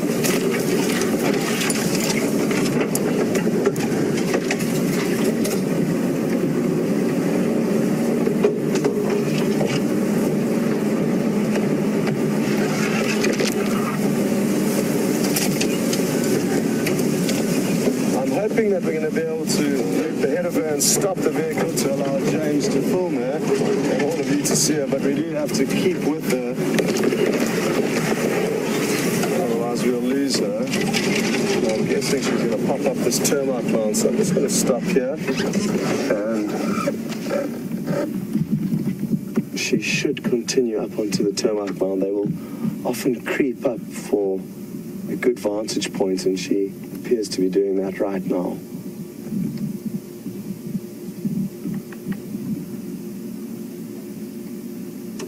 Well, aren't we lucky? What a beautiful sight this is. Look at her tail twitching with excitement.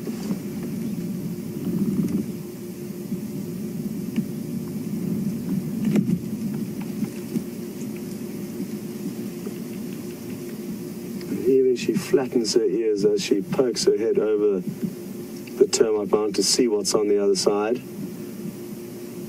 I'm sure we would have seen that tail flicking a lot more excitedly if she did see anything.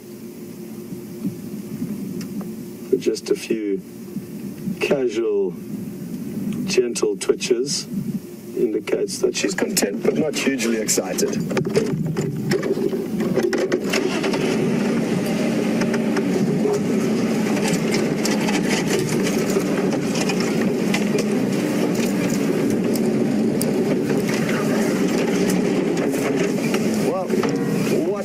Lucky morning we having. Brent with the lions, us with a leopard, and a leopard on the move. The chance we could see it hunting is very good.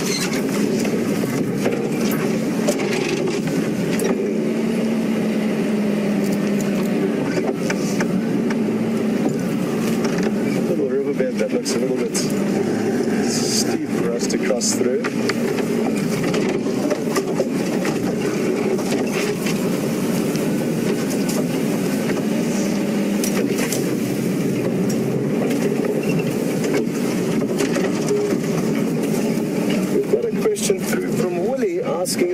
these are solitary, or do they live in groups?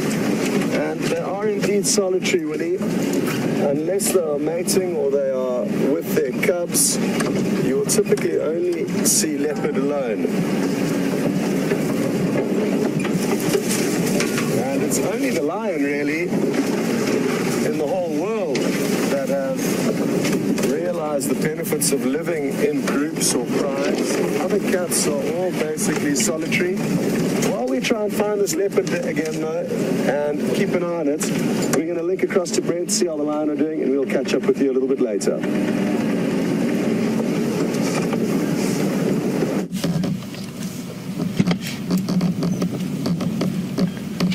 Welcome back, everyone. We're still with the pride. There is a bit of action going on, quite a lot of social greeting. We all know how important this allo grooming is called, especially with an animal like lions. Being the only social cat, a lot of this social interaction is very important to affirm the pride bonds, especially if you've ever seen lions feed. They forget all their manners. They will bite, scratch, and beat the absolute... I'm trying to look for the correct word without getting into trouble there. They'll have a big go at each other, and quite often when you see an injury on a lion's face, a scratch or a swollen eye, swollen cheek, it's from actually them feeding, not from fighting. They fight incessantly while they feed.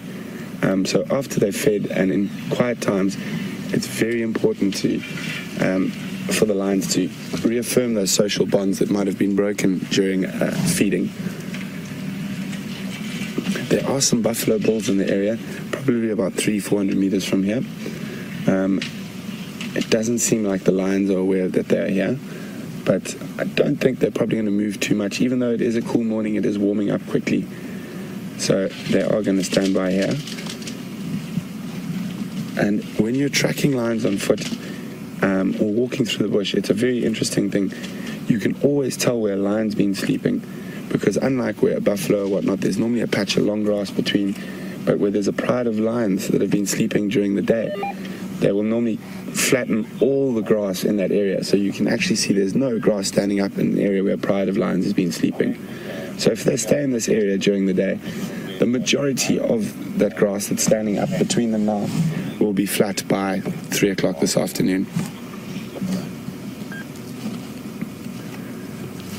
So for those of you who might have tuned in late or are new to SafariLive, we've been tracking these lions since we've been out early this morning, and we've had their tracks. Aubrey managed to find them on foot. They ran from him, and now we found them a little bit further to the east from where they were earlier, where we first saw them.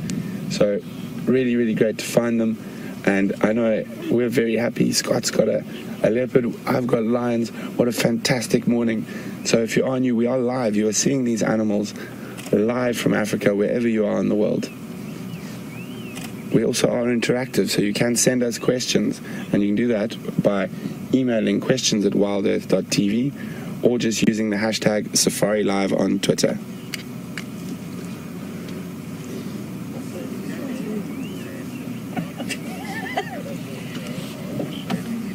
Sometimes it's quite cool not just to sit beside me and enjoy what Brent and Scott and the other presenters are.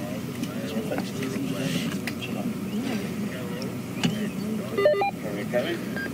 Hi, Carol and John from California.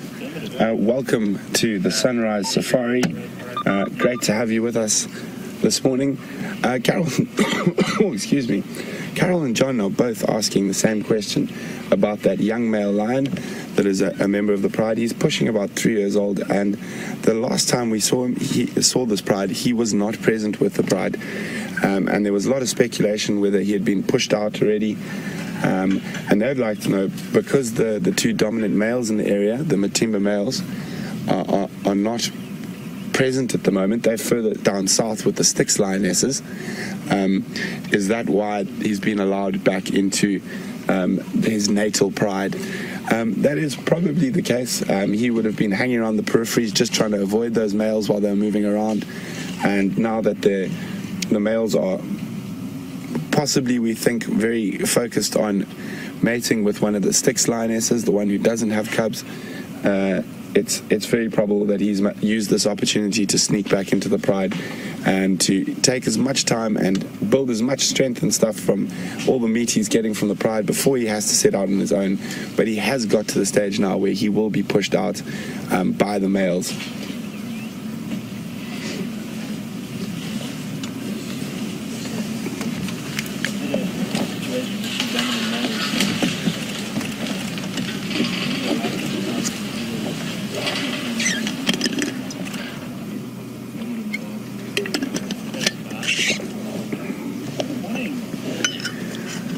Morning, Gail from Chicago. Welcome on the Sunrise Safari, Gail. Gail would like to know, do we know whether any of the lions and leopards that we see regularly are pregnant at the moment? And when was the last time lion cubs were born? Gail, the last time lion cubs were born was probably about now just over 3 months ago to the Styx Pride. As far as I'm aware, at the moment those lionesses are keeping the cubs to the south of us in the Mulwati drainage, and my last report, all 3 of the cubs were still very healthy.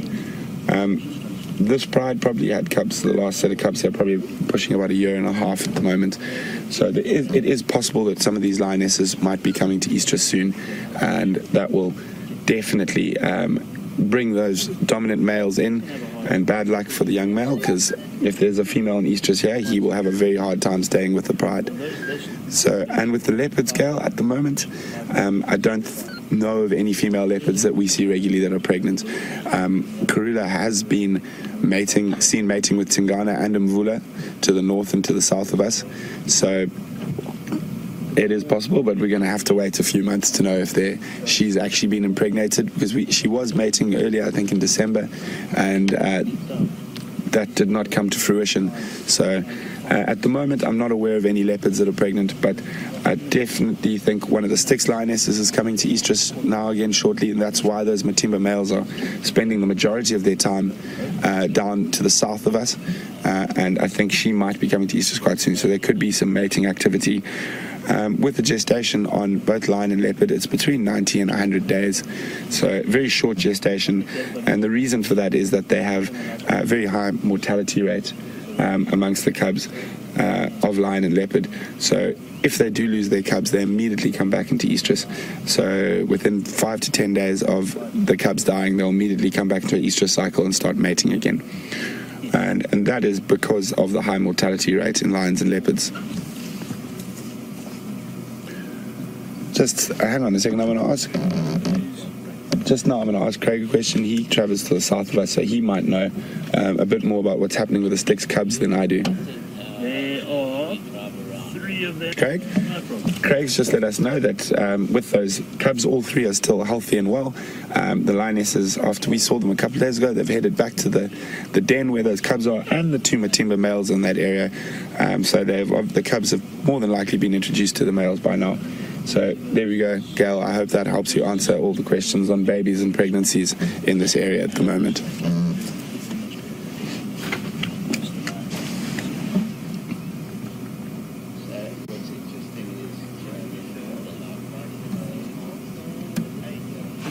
So they were originally 9. Had a run-in with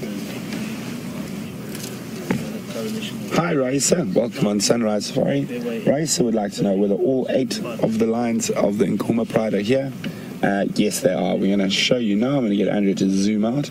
And we'll start from closest and go to furthest. So we'll start off to the left there.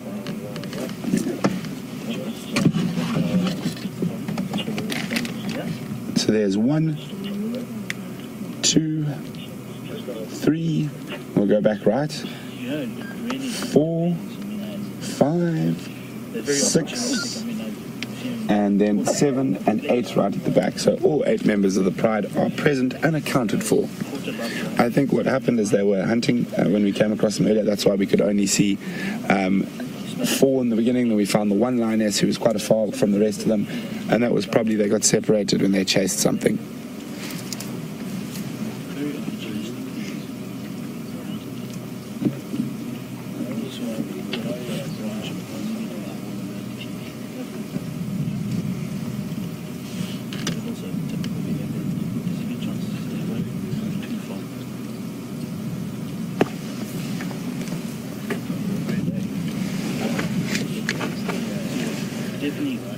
something.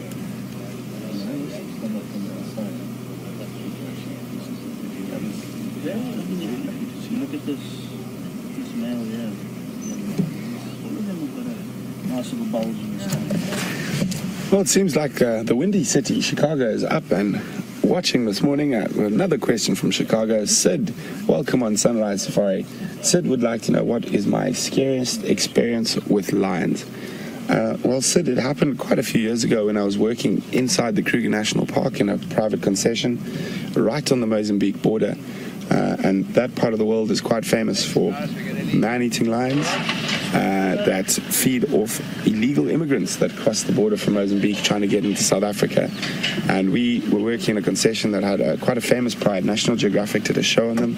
They were called the Mega Pride, I think the name of the show was. While I was there were 38 lions in that pride. So they were serious super predators. They used to often kill 2 or 3 animals a night. And we hadn't seen them in a few days, and my tracker, Glass, Maramani, and myself had their tracks, and we left our guests on a road on a rise above a drainage line, and we walked down into that drainage line, following the tracks, and we came through sort of a quarry thicket onto a large sodic site. A sodic site is an area that's got high salts and short grasses, but quite a lot of nutrients in it, so favored by a lot of grazers. That's why you often find a lot of predators around there, because there's a lot to eat. And we walk out of this quarry thicket and we spot that whole sort of mass of lions lying. They're probably about 60, 70 meters from us. And as I'm sure a lot of you have heard me say, 99% of the time you walk into lions on foot during the day, they will run away from you. They're not the bravest cats out there. This particular occasion, there were 2 male lions that we didn't know so well that had come in from the north of outside the concession. And they literally spotted us, and at 60 meters the lion will normally lift its head and start walking away. They spotted us and turned around and came to us at full speed. And to give you an idea, a lion at full charge does 21 meters a second. So 60 meters, they were on us in about 3 seconds. My tracker was shouting and swearing in Shangaan that I should shoot the thing, and I didn't want to shoot a lion inside a national park. So I shouted at him, no, you must throw rocks at them. And I won't go into the language I used with the lions. My manners deteriorated, but there was a lot of shouting and bad words thrown in their general direction. They stopped at about 4 meters from us. So when they stopped, they covered us in dust and sand. I was on my knee with a loaded rifle at this stage, screaming and shouting. And if you work in the bush with a very good tracker for a long time, you guys develop a rapport, and you do get into some tricky situations sometimes. So what our protocol there was, because we did get charged by lions quite often, it is an unusual area for that, is that I would stand facing the lions with the rifle. My tracker would put his hand through my belt and lead me backwards so I didn't trip over anything and maybe incite a charge. So they stopped at about 4 meters, covered us in dust, and then moved off, and then stopped again at about 10 meters. And lots of growling, and then lots of shouting and swearing from our side. And it took us about half an hour. Every time we sort of took a step backwards, they would come forwards, and step backwards, they come forwards. And the amazing thing is that Glass and I were completely calm until we got back to the safari vehicle. And unbeknown to us at the time, we weren't very far from the guests, so all the guests could hear was growling lions and swearing ranger and tracker. And obviously a lot of the radios, we all have earpieces. So at some stage, one of the ladies had grabbed my radio and started shouting into it, oh my God, my ranger has been eaten by a lion. I had not, as well. I'm still sitting here. But obviously she didn't understand that. She couldn't understand why no one was talking back to her, because the earpiece was in. And so obviously there was a slight panic from the other guides in the area, and they started becoming highly mobile towards my last position, where I'd said I was going to track the lions. And we basically got back to the car, and everything was fine until I unloaded the rifle, and I took the loaded round out and I put it back in, made the rifle safe, put my rifle back in its bag, and then I literally just broke down into a shaky mess.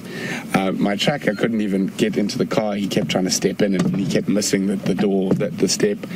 And then one English lady who was on the vehicle had a very good sense of humor, managed to comment, Brent, it's very nice you found the lines, but we really don't appreciate the language you were using. And for a moment I thought she was serious, but she was just joking.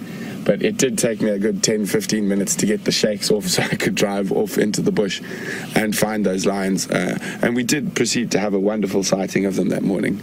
But that is probably my scariest experience with lions.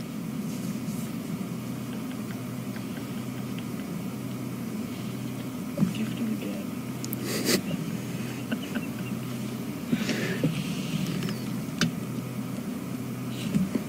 But as I was saying, most of the time, lions are completely fine to walk on foot, and I've walked them hundreds and hundreds of times, and only once have I had a really serious charge. So while we are sitting with a lazy lump of lions, we're going to cross over to Scott, who's still with Shadow and following her through the bush. We're not going to move just in case those buffalo decide to wander in here, but we will catch up with you a little later in the drive. So have fun with Scott and James.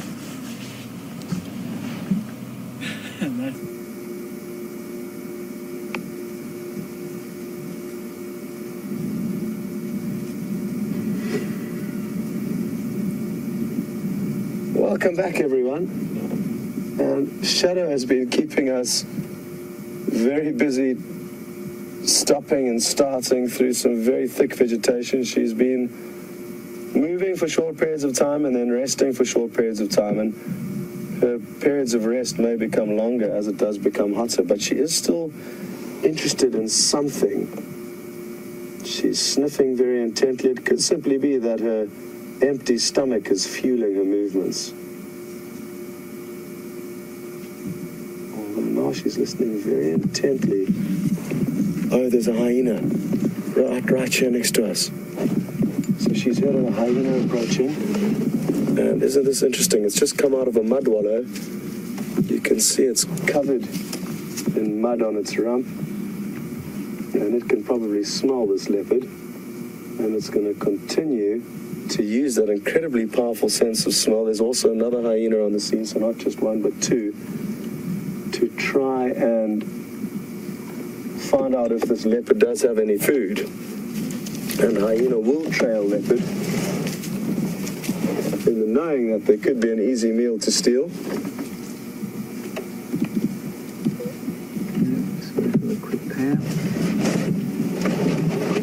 Okay, now the leopard has moved off ever so slightly. We are going to do our best to stay with the leopard and not the hyena. Oh, she's just lying down. Perfect. Hopefully, we'll be able to get into a spot where we'll be able to show you her resting.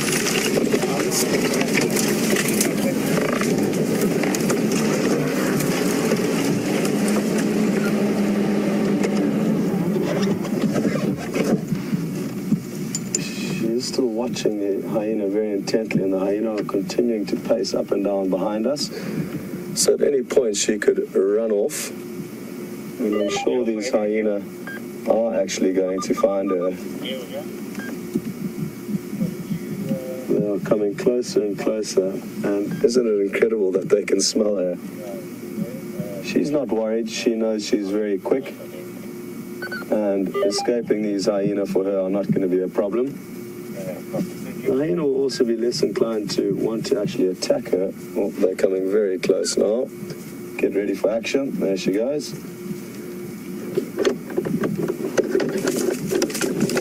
There we go. And the hyena in shot.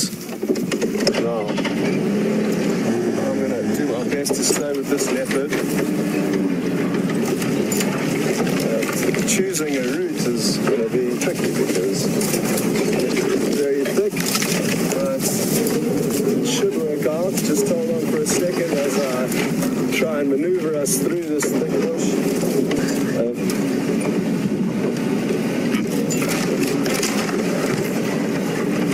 Flying branch. It was kicked up by the car, but thankfully it missed us.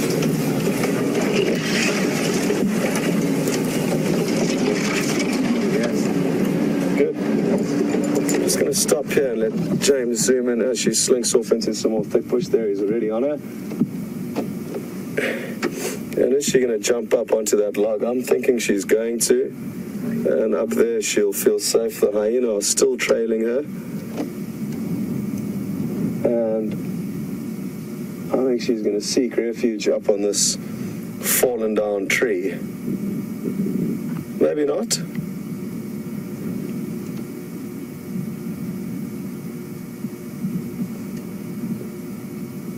And now, like I said, hyena will trail leopard, knowing that the leopard could make a kill and the hyena could steal it easily. But I think here they're just going to make sure that there is no meat nearby and closely investigate what this leopard's actually up to.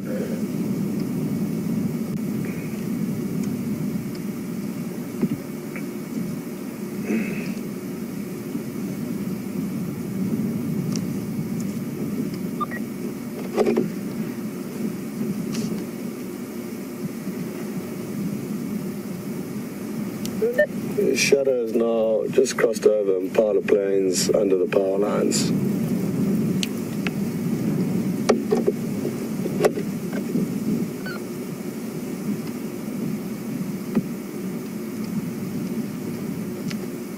I'm going to try and get us a little bit closer. She seems to have stopped over there.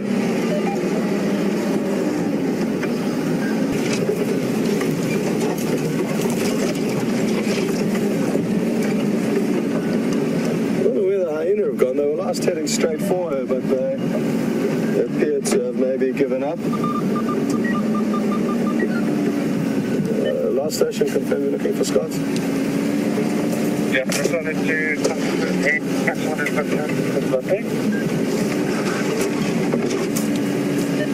Shadow, Mafazi Ingwe.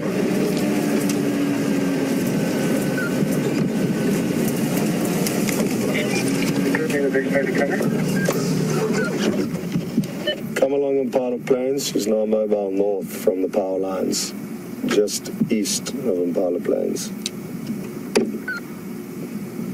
Look at how beautiful this is in the morning sunlight. Aren't we so lucky to be following her?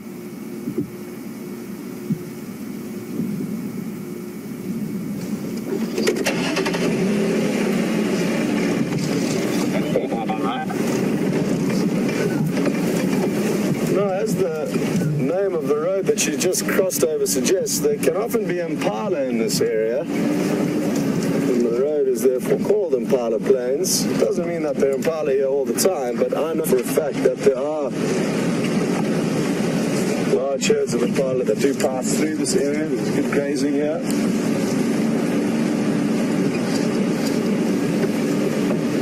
And hopefully she's going to bump into something to chase for us.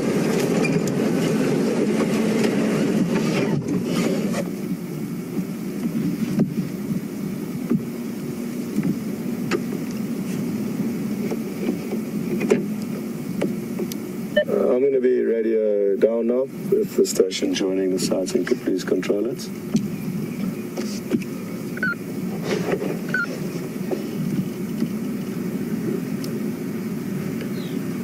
Okay. So now I can switch off the game drive channel. There's somebody else who can give them updates, and we are just going to reposition again now as she dissolves into that thick bush.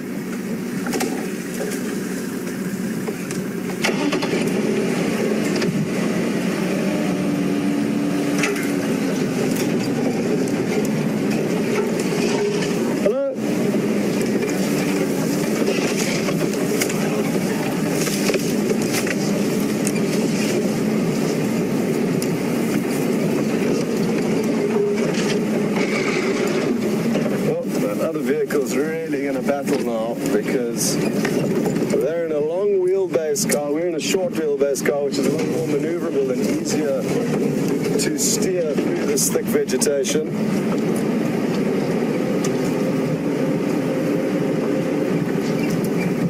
And that's a problem that all regular game viewers will have because they need to be big to get enough guests on the back. A unique and rare sized vehicle, which is really great for what we need to do. Oh, she should technically, she's just here in front of us, so we're going to try get a little bit further ahead and be able to get her walking past us. This should actually work out quite well. No, she's changed direction, and she's just laid down.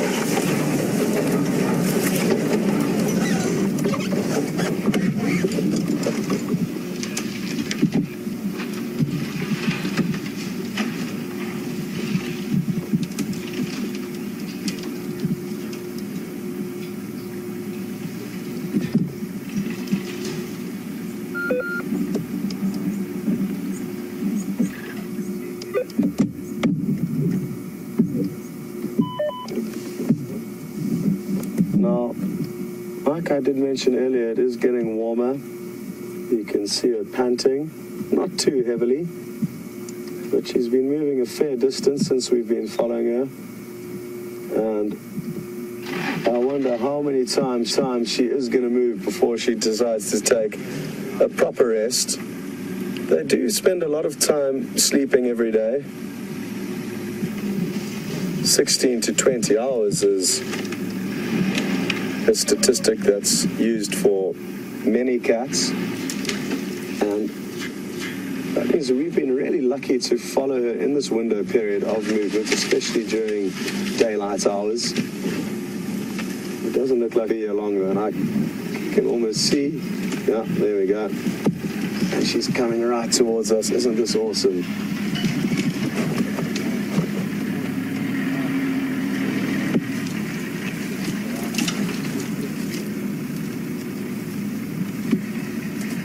Just a few meters past the vehicle.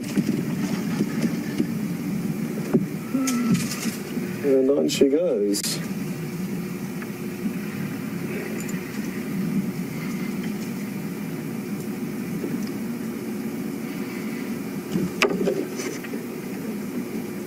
Well, just by watching her movements this morning, it makes you understand how difficult it is to track down these animals.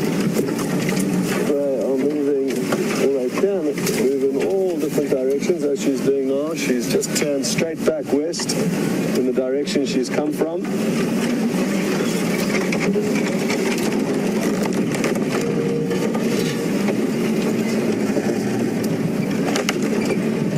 What is it that's caused her to change direction? Possibly she's heard something.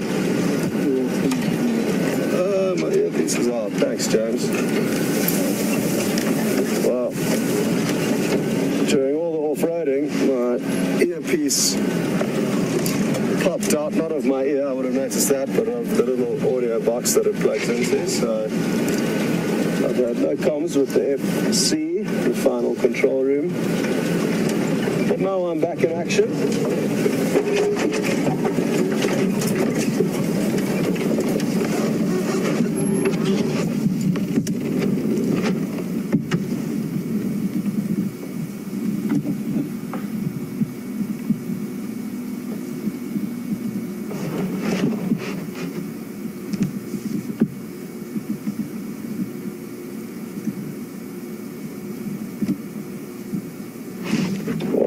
Good morning, Anna-Marie, and thanks for sending your question through. Anna-Marie would like to know, how and why has this leopard's name changed?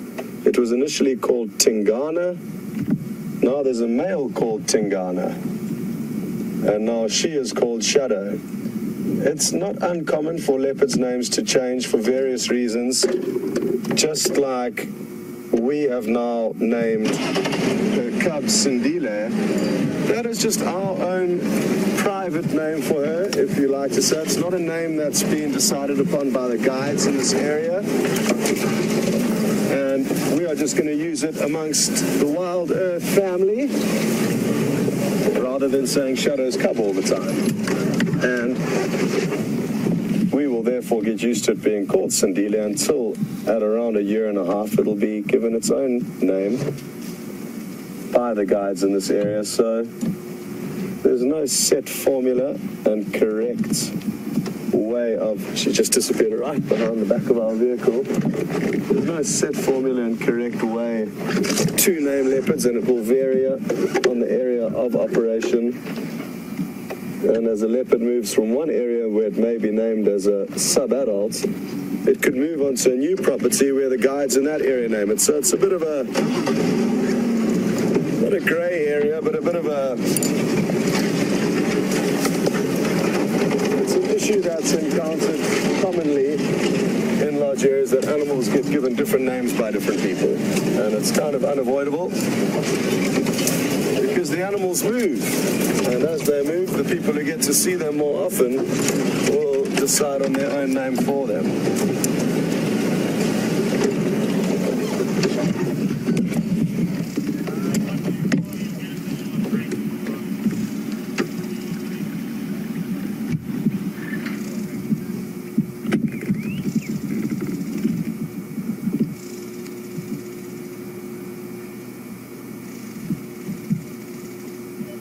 Good morning, Tammy in Seattle.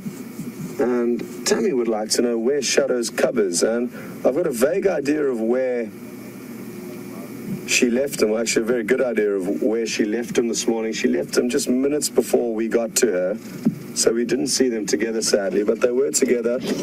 And they parted ways. And it's not uncommon for mothers to move with their cubs to get them into an area where the mother would like to hunt, and then tell the cub to stay put as she goes out and does her business. And we saw that just the other day when we were following her.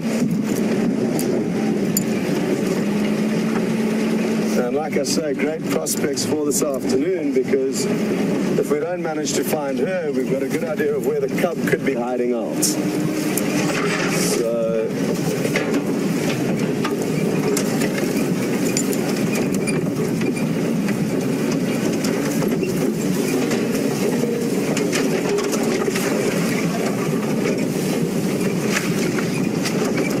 that's good news for this afternoon.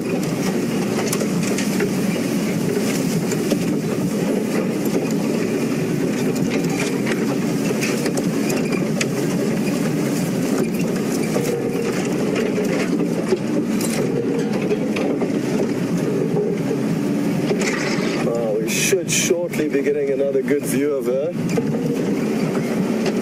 if she continues in the direction she was heading in.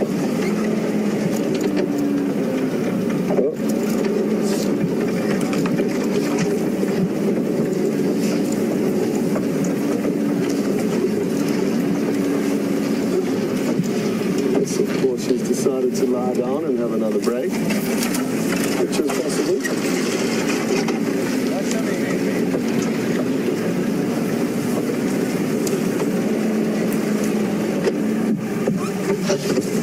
Will she lie down or is she continuing? I think she might be continuing, just in an area where we can't see her.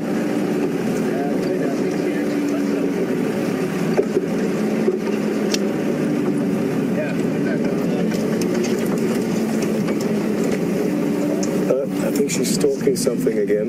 Yep, she is. There's a very small gap that I'm going to try to get James into. Oh, she was flat to the ground. Look at that. This is awesome. She's flattened herself on the ground, and there must be something very close to her. So watch closely. We're just going to keep quiet. And watch her as she readies herself. It's quite windy, and the wind is going to help her approach, provided, and judging by the direction she's looking in, the wind is in her favor. The prey should not be able to smell her. And I wonder what it is, possibly impala, possibly steenbuck, duiker. But there's something not far from her that she is going to try her best to catch.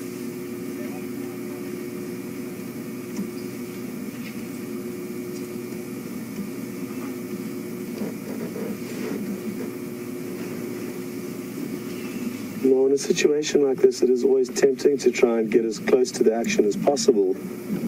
But it's important to remember that we don't want to interfere or impact on what goes on here in any given way. We don't want to help her or the prey to either escape or to make the kill. We simply want to be bystanders and watch what happens. And to do that, in thick bush like this, we do just have to keep our distance and wait and see what happens.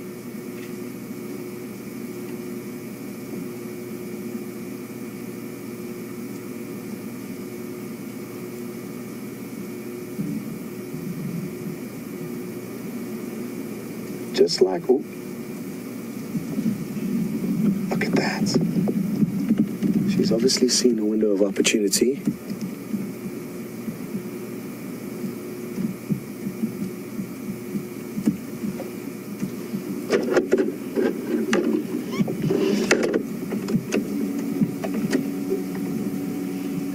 I'm thinking we're going to have to reposition ever so slightly now. So hold on.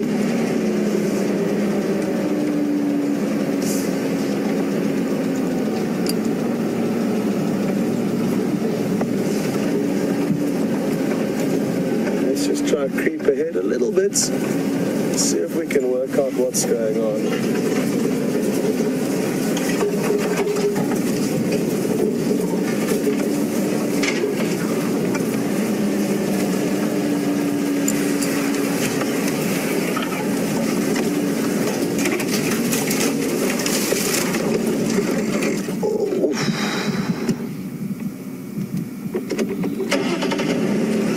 Steenbuck just ran off. She was actually very, very close to it, but didn't have any luck.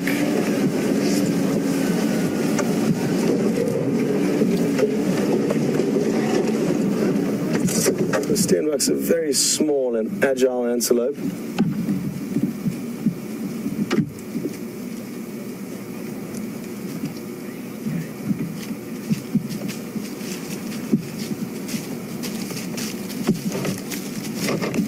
We're being absolutely spoiled with the sighting today. She's on countless times now just walked just meters away from the vehicle. And again, we've been very lucky to witness that it's a very difficult job for leopards to catch their prey. And as a rough statistic, only 20% of their attempted hunts will end up in a successful kill.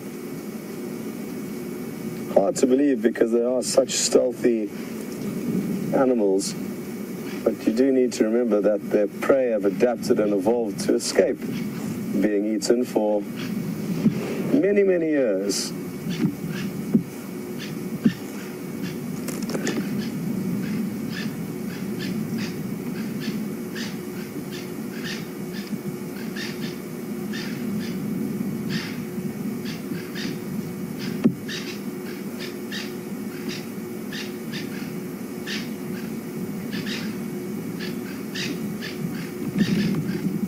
Well, folks, while we catch up to this leopard and reposition to get you another view, it would be a great opportunity to head on back to Brent, see what the line are up to, and I'm sure you'd like to say goodbye to all of you as the show draws towards a close, and we will see you before the end.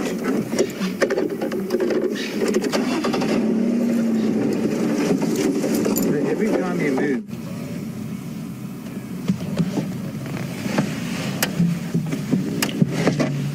Welcome back, everybody.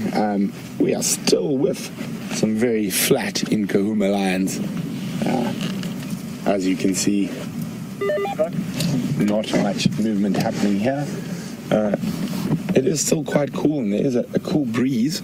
It is possible they might move during the day, but it is unlikely. I think they're probably going to spend the majority of the day in this area. Yeah, heading through that area. We've lost the black jacket, if anybody picks it up. And sorry about R2D2 beeping away. But hopefully we'll have that rectified soon. But it has been fun morning, especially for us. Tracking, I love tracking something, finding tracks and then finding the animals. It's sort of a really one of the things I love the most in the bush.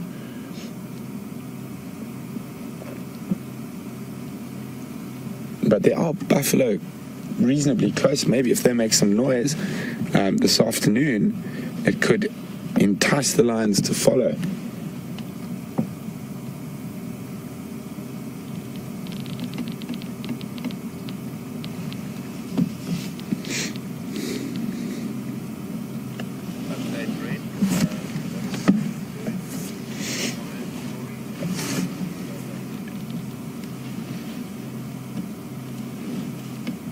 So, thanks very much, guys. Apparently, lots of you liked the lion tail I told. Hopefully, I don't have too many more lion tails like that in my life. I much prefer finding them on foot a little bit more relaxed than that.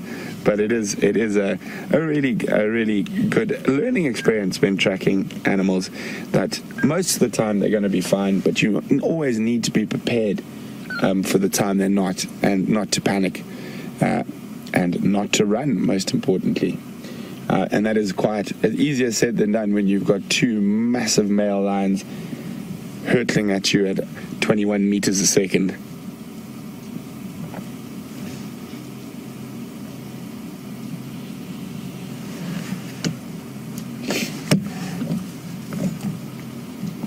But I must admit, there's not much I like more than tracking cats on foot.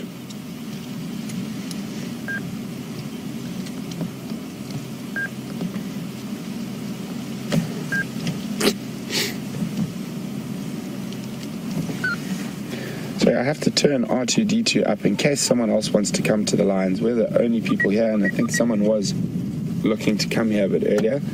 So I'm just going to turn it up, so excuse if there's a bit of beeping and I have to talk on the radio again. But what I am hoping for the sunset safari is that these lions from here are going to head sort of south down towards the dam at the Juma Dam Cam, and hopefully they might find some buffalo or something else in there. It is quite a thick area to follow them through, but don't worry, I'm quite sure we'll be up to it.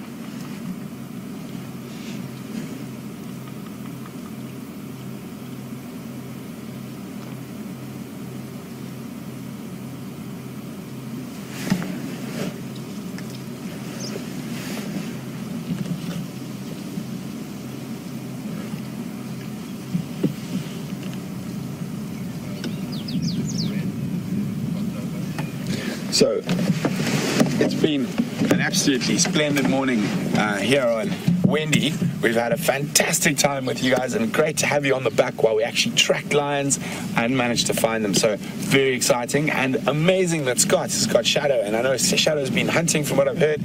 So you guys have been spoiled this morning. I mean, 2 cats. It's been a while since we've been able to do that. We're really, really happy that we've been able to share the lion and the leopard with you this morning. A nice change from doing all the little things that we've been up to. And thanks very much for watching. We really do appreciate all the questions, and they help us get through the drive, and it helps us to learn what you guys want to know about and what you want to learn about and what you want to see. So thanks very much, and we will have definitely see you on the sunset safari. I'm definitely coming straight back to these lions. So have fun with Scott for the rest of the drive. I have Shadows on the move, so we're going to stay with these sleeping lions till the end, just in case something happens. But enjoy Shadow and Scott.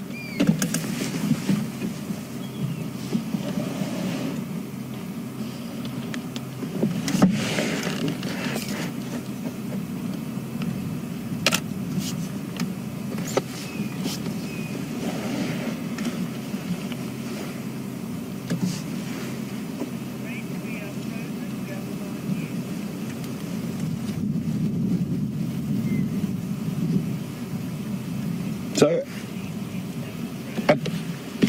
apparently there's a little bit of signal issues, so you're stuck with me for a bit longer. Sorry about that. Gremlins out in the sky again, or fairies, depending on which way you want to look at it. And you can see there's that young male using his paw as a pillow.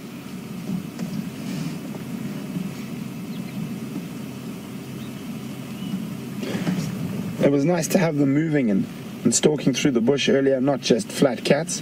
So, good start. So, we're going to try again across to Scott. So, bye for now, and we'll see you on the Sunset Safari.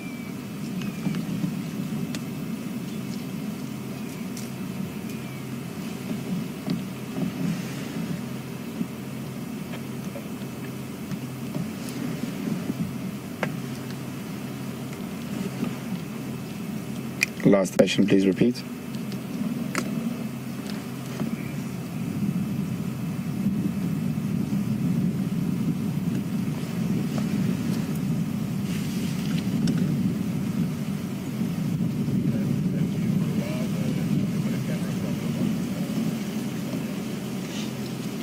Oh, well, it seems like the gremlins are at full force, so you're back with me.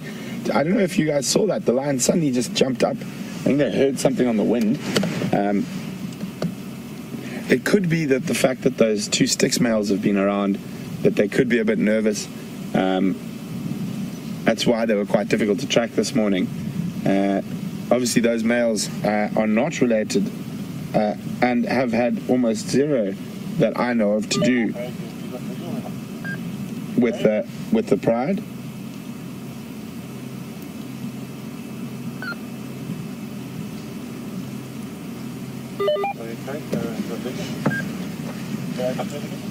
But then you can see heads up and then relax again very quickly.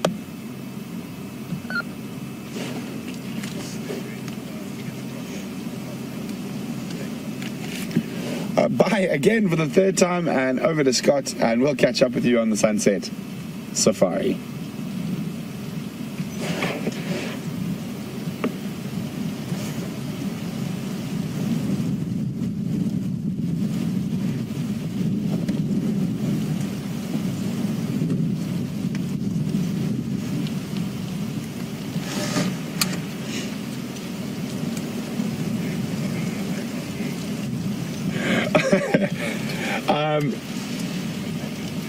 I'm back again. Sorry, the gremlins are really proving difficult. So just stuck with me for the last few seconds. As again I said, I'll try my best to say thanks from Scott as well. I know you guys have had a wonderful time with Scott following Shadow while she's been stalking. Really exciting to always see an animal like that stalking and moving. And we've had some great sightings of the Nkuhuma Pride while they've been moving through the bush, and some bit of bundu bashing and crashing to keep with them.